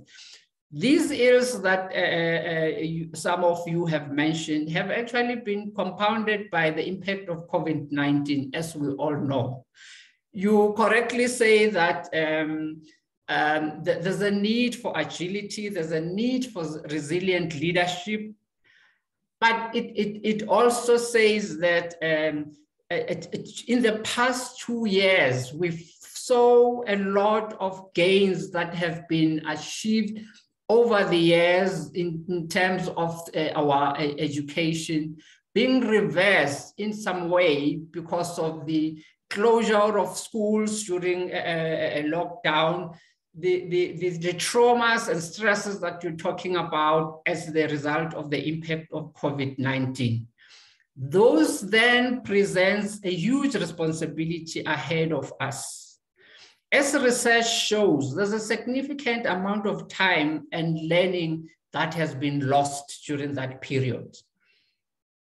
The lack of resources to respond in that agile and resilient manner, they have not been available for some of the schools, for some of the learners. The lack of access to remote and digital learning, as we have seen it has caused a lot of learning loss on some of the learners. And research shows that it will take some time for us to recover. It will take some time for the majority of the learners to recover from those learning losses, unless something drastic is done to try and close those gaps. And as you're talking about all these issues, they are compounded by the fact that we have lost almost 2 years of effective teaching and learning. So as we continue with this engagement outside this conference discussion, let's talk more about how to support the teachers and the school leaders in a manner that will enable them to close these gaps, to recover the learning losses, and also to make sure that moving forward, there is collaboration between the schools. You mentioned the issues of inequality in the schools, as you have also said. But then how do we begin to make sure that schools begin to collaborate, work together? Those who are well-resourced, how do they share with those who do not have? You mentioned the issues about no longer working in silos. Most presenters emphasize that the journey towards recovering from the impact of COVID-19 crisis and finding some sustainable solution cannot be a one-size-fits-all. I fully agree with that sentiment. It requires a differentiated approach to supporting the learners, supporting the teachers, supporting the school management team, including the school governing bodies, so that they take the right decision, they direct the schools in the right direction. So achievement of good governance and economic resilience indeed will require intensive support and mentorship, especially in some of the schools that we know that have been struggling. Despite the COVID, they have been struggling even prior to COVID. So we now understand that the situation that they find themselves in could be dire, such that they require that intensive support and mentorship. Thank you for the videos that you shared with us. I was looking at the video about the problems on school nutrition. And that is a clear evidence of lack of good governance, lack of resilience in the school leadership. How do we begin to support those schools, to begin to look around the environment and say, while we have shortage in terms of what we can provide these learners, what are the other things, that other ways that we can supplement what we're getting from government? How do we get the community to be involved in making sure that these learners do not go hungry? It's their children anyway. So how do we partner with the communities? You emphasize also that the partnership between the home, the school, and the community, which are very key. That collaboration is very important in education. We've seen the DBE, with the support of the teacher unions, the private sector, and the civil organization, working very hard together during the period of the pandemic. Certain decisions were to be taken collaboratively. The department would not have decided on its own to bring the learners back into the class or to bring the teachers back into the class without consultation with the union. That despite all the crisis or the disruptions that were created by the pandemic, we find that there are also lessons that we can learn from what happened during that period. The responses that had to be implemented, decisions that have to be taken at that time, actually are good lessons to draw from. And through those engagements, the DBE has also worked very hard to reboot the system by bringing back the learners back into the classroom as early as possible. You would know that there have been arguments around whether or not to bring the learners back into the classroom, but it took collective decision-making to say, let's do it. If we don't do it now, there's a lot of learning loss that will happen, which will take us years to recover. And it is for this reason that we're saying we're now finding ourselves as a country coming back on track in terms of the journey towards recovery. And that should be managed carefully to avoid the widening of inequality gap more than it was even before. The curriculum recovery plan is currently being implemented, but at the same time, the DBE has also embarked on the process of strengthening the school curriculum. Dr. Omotoso spoke strongly about the infusion of skills that will be important for learner employability and all those things. And this is just to say that this conference has actually touched on critical issues that are very important to further engage on and to further make recommendations around the solution. The DBE, as part of strengthening the curriculum, Ms. Sithole spoke about the introduction of the 3-stream model. While we're talking about the disruption of COVID-19, it also presented opportunities for government, for the Department of Basic Education to actually look very critically into the strengthening of the curriculum. And we are grateful that the department is now talking about infusion of entrepreneurial skills in the curriculum, infusion of the skills for the future, as we always refer to them. All this require collective efforts, as I say.